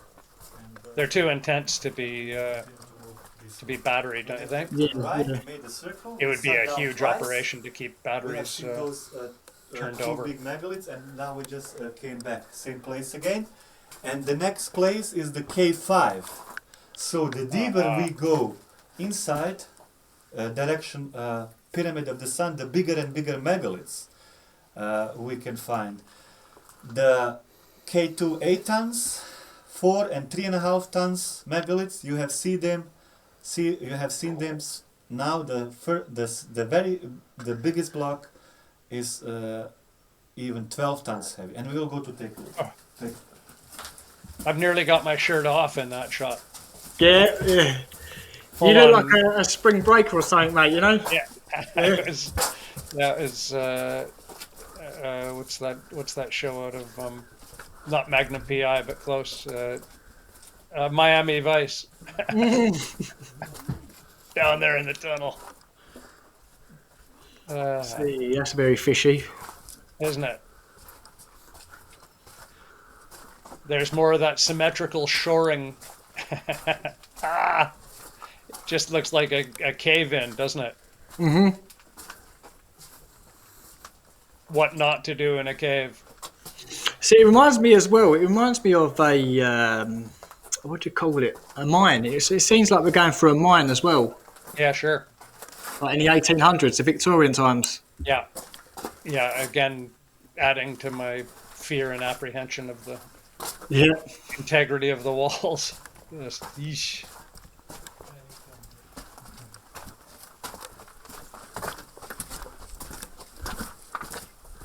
Now, how far are you now inside? Like, if there's a problem, how are you getting out? I think we were in the neighborhood of a couple 100 meters, maybe. I don't think they took us into the depths. They said that it was 0.7 is how far they've come at the time we were there, but I don't think we were anywhere close to that distance deep in the rock. I think because in fact that's what seemed they were limited, Paul, by the shoring up process. So they were way further ahead in the digging than they were in the maintaining the stability and the structure for tourists. Oh, I've got you. Yeah. Or maybe that's done on purpose so tourists couldn't go any further. But actually, I did find out last night they're saying it's an open archaeology site. This place, they're saying anyone can go there and research it. Yeah, it's as well entirely volunteer, so that was added to the atmosphere. And again, if I can reiterate, I'd encourage people to go just because of what you've mentioned, that everyone is welcome to go, and everyone is also welcome to pitch in. That's what I'm going to do. I'm going to, depending on what's going on with the old, Yeah, sure. Mate, I'll be going there. If that's good, I'm going there, mate. I'm digging stuff out. I'm getting involved. Nice. Well, that's what they encourage. It's utterly open for that. So, another really, really shining element of it. It's just like that's cool as totally cool. Yeah, I'd love to do it, mate. Love to. Yeah. I was going to do it in Liverpool, but they didn't want me doing it. I think it's because I'm a southerner and they only wanted northern people to do it, which was a shame because they advertised on their website, we're looking for volunteers to help dig this place out. And then when I went up there and spoke to them about it, they said, no, we don't need no one. Weird.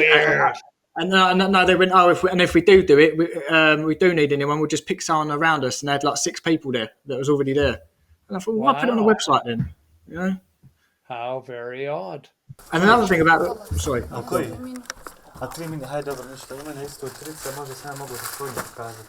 you have Galaxy Samsung mobile phone? No. Orbs, Orbs? I will try to show it to you now. Oh, wow. Mm-hmm. But do you have Galaxy? No? Yeah, but it has no battery. I think this will be... Okay, I will try. Isn't it odd, huh? Yeah, Samsung have this sort of flashlight which can... You will see just a second. Orbs, Orbs? No.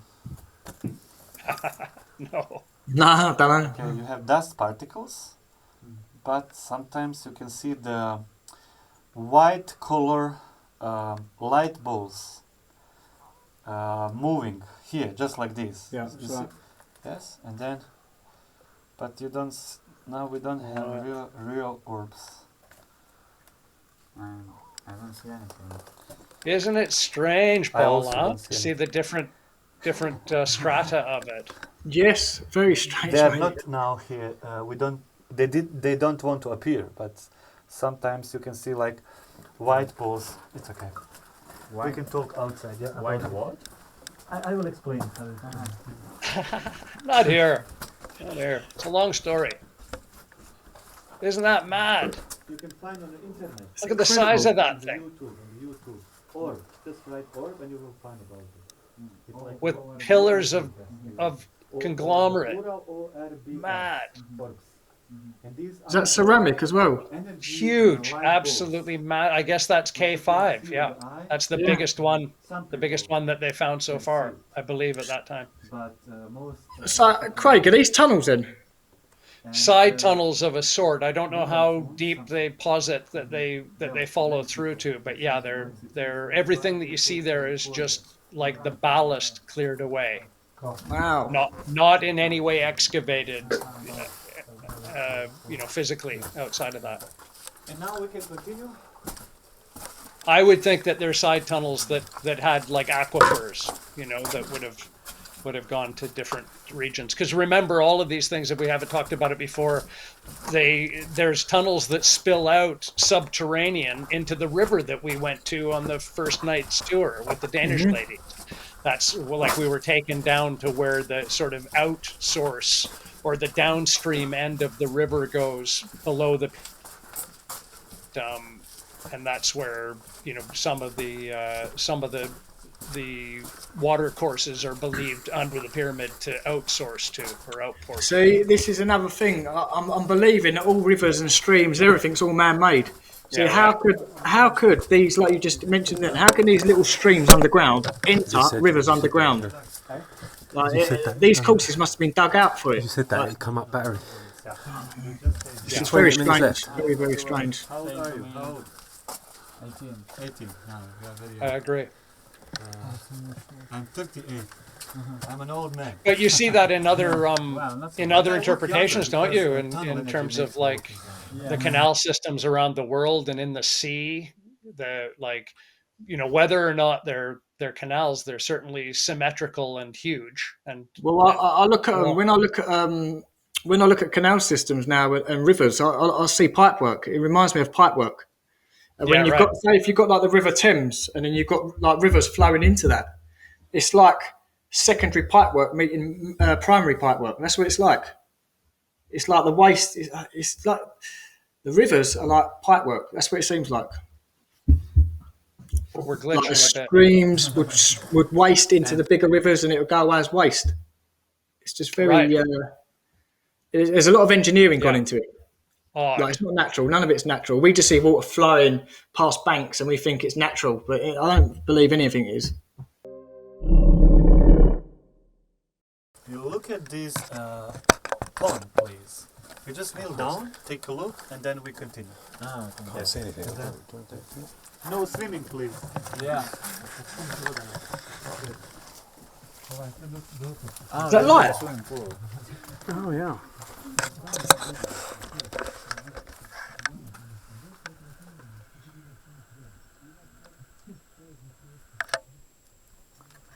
Bizarre.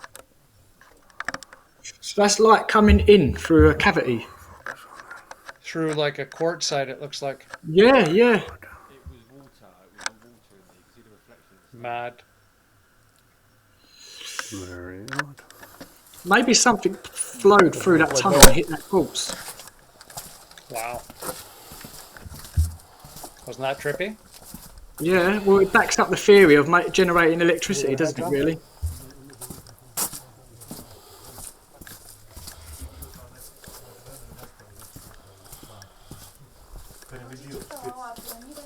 Yeah, it's strange when you think of the depth of the water table as the river valley.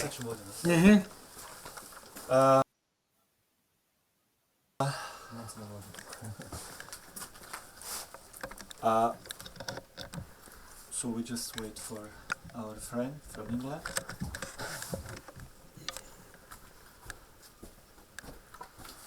So They're waiting for you, Craig. all of those tunnels you could see before, they were all sealed off all the way, and we have never found open tunnel at all.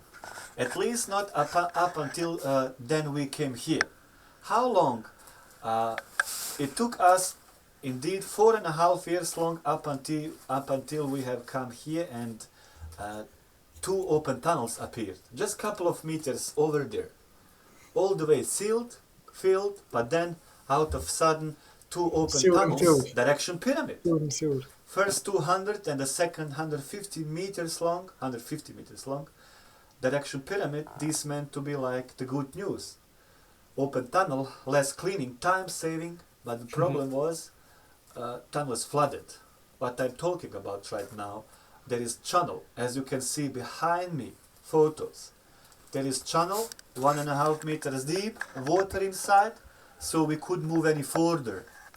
And we have failed to pump it out since this water level increased over and over again. So it didn't make sense to pump any further. We just gave it up, pick up another tunnel. We have continued to clean forward, direction pyramid. But then we decided to analyze it, tunnel water. If the air, the frequency, the energy inside, if is it better than outside? We were thinking maybe this water is also better. And therefore we have sent it to 3 different institutes. First, the Institute for the Public Health, Domestic Institute, performed microbiological analysis and concluded water is drinkable, no bacteria in. Second institute in Slovenia, we have sent them. They have measured the aura of the people over there. People who got this water to drink. They gave them to drink, them to drink, and they have measured the aura before and after water drinking. Second group, they gave them city water from Ljubljana to drink, tap water. They did the same, aura measurement twice. They just compare results. Those people passed away. Found out that your aura looks better, as if you have been in the tunnel when you drink the water from the tunnel. However, city water consumption doesn't influence the aura at all, but it looks pretty much the same. And the third institute, Japanese scientist, founder, Professor Masaru Emoto. We have sent him the tunnel and the city water from Visoko. He then analyzed it a couple of years ago, and then this is the photo. It just had turned out to be different. Energy level.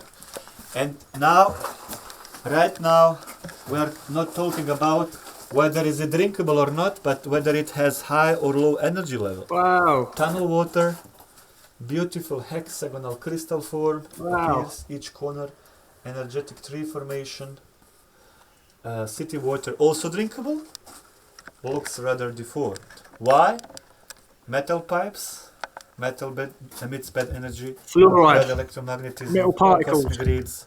Not only there is no bad energy, but the frequency such as Schumann resonance, ultrasound, negative ions, frequency inside of the tunnel gets this energy level decreased. Tunnel water is drinkable, but it also has the high energy level. And why does it influence the aura? Just because our body is composed from the liquid. The brain, 90%, rest of the body, 70% composed from. And when you drink it, the body cell, the system of the liquid our body is composed from, can receive frequency of that liquid. That when it goes through the body, then you can receive the frequency information, and that's the way your aura looks better. And then we know that this is the place which has the water which has healing properties, and we will go to take a look at water now. But no swimming, please. Can we pause it a sec?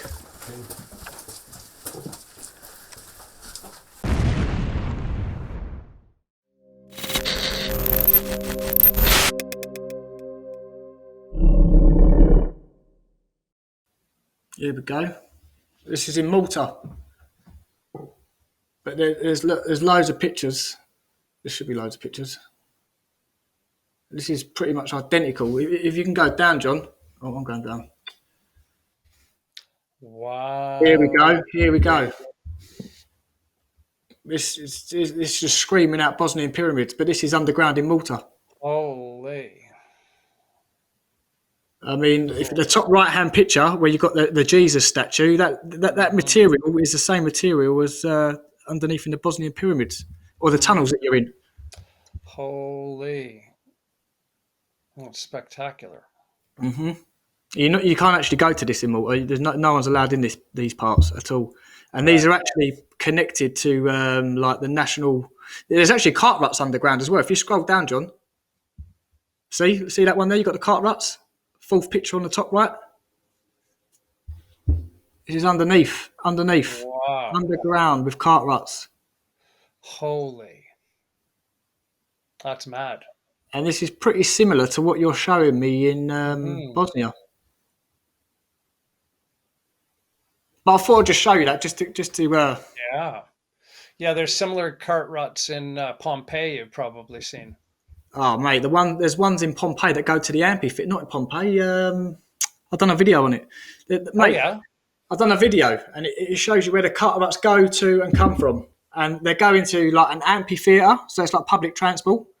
They're going to mate, loads of. It's a good little video. It's a good little video. Cool.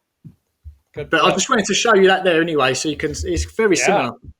Yeah, absolutely wicked. Yeah, go on, John. Here not. I will tell you. Just take a look. Please. We don't bring it here. There is a special place where there is the cleanest, and but we sell it as a souvenir water in a souvenir house. I'll be bottling that up every single night and taking it home.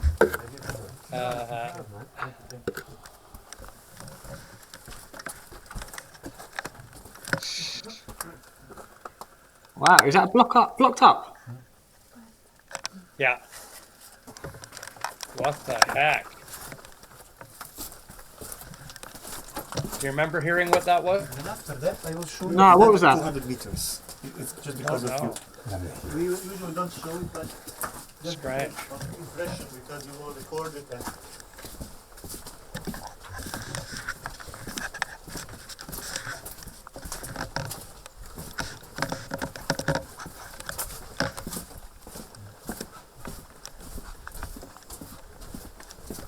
yeah. Oh. Let us out! Let us out! We can do the rest on the internet. Let us out! Here we go. they gave me the signal that somebody's waiting for me. Good. And therefore we'll slowly, but later maybe we'll come. So we have another 400 meters here. 400 meters. We have seen 600 meters. 400 meters, it's open, and we have another 300 below the water. 1,300 meters in total. But now I just got the signal that somebody is waiting outside, and we will have to slowly get back. So we have stayed 1 hour, like approximately. How magical is that tunnel? Well, it even has mobile reception. We have 2 kilometers. Incredible, mate! Incredible. I will just tell you that the air is streaming. Air circulates. It's not air circulation, not because we use fan or we have several exits. There is indeed only one opening where the air comes in and goes out. So what does make the air circulating? This is because of different ceiling height. Changing ceiling level, short tunnel, high air pressure inside, high ceiling, low air pressure inside. Changing air pressure makes air circulation, and therefore we can breathe normally. No matter how big the group is, everybody can get enough oxygen. And there is even more oxygen. Strange thing in it is that there is, strange thing to understand is it for us why there is more oxygen inside than outside. 0.4%. 20% oxygen in the air outside, inside 20.4%. So I hope this was interesting. Thank you for coming. Mind blowing. There is another group, and we will slowly approach the exit. Thank you for coming. Safely and slowly, single file. Yeah.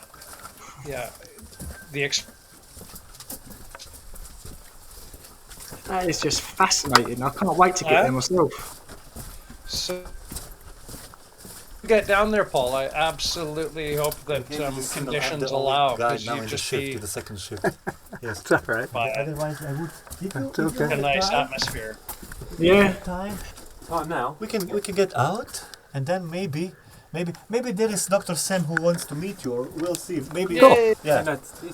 No panic. Serendipity as well, Paul. Of course, to be there at the time was Dr. Sam, and gave us a nice long interview, a summation of the site from his professional eye against our amateur one, and into Bomber Harris at the beginning of the trip. Everything just fell into place in that wonderful way. A good to the universe, mate.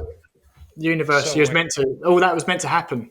So wicked. So I hope that we can look at together the Dr. Sam interview. Definitely, mate. 100%. I'd love to hear you on the particulars that he points out about it. Mm-hmm. Yeah, that'd be brilliant. Totally. Nice one. Oh, very cool. Thanks for taking me in a journey of my own footage. No, thanks for bringing me along, mate. No worries. What a pleasure. Yeah, I can't believe the concurrences of the things that you've already seen that match up with the materials in Bosnia. It's just that once again I'm blown away. So thank you for giving that experience through your tenacious hard work and a valiant curiosity. Well done. Thank you, mate. Thank you very much. Totally it's been wicked, a pleasure, Craig.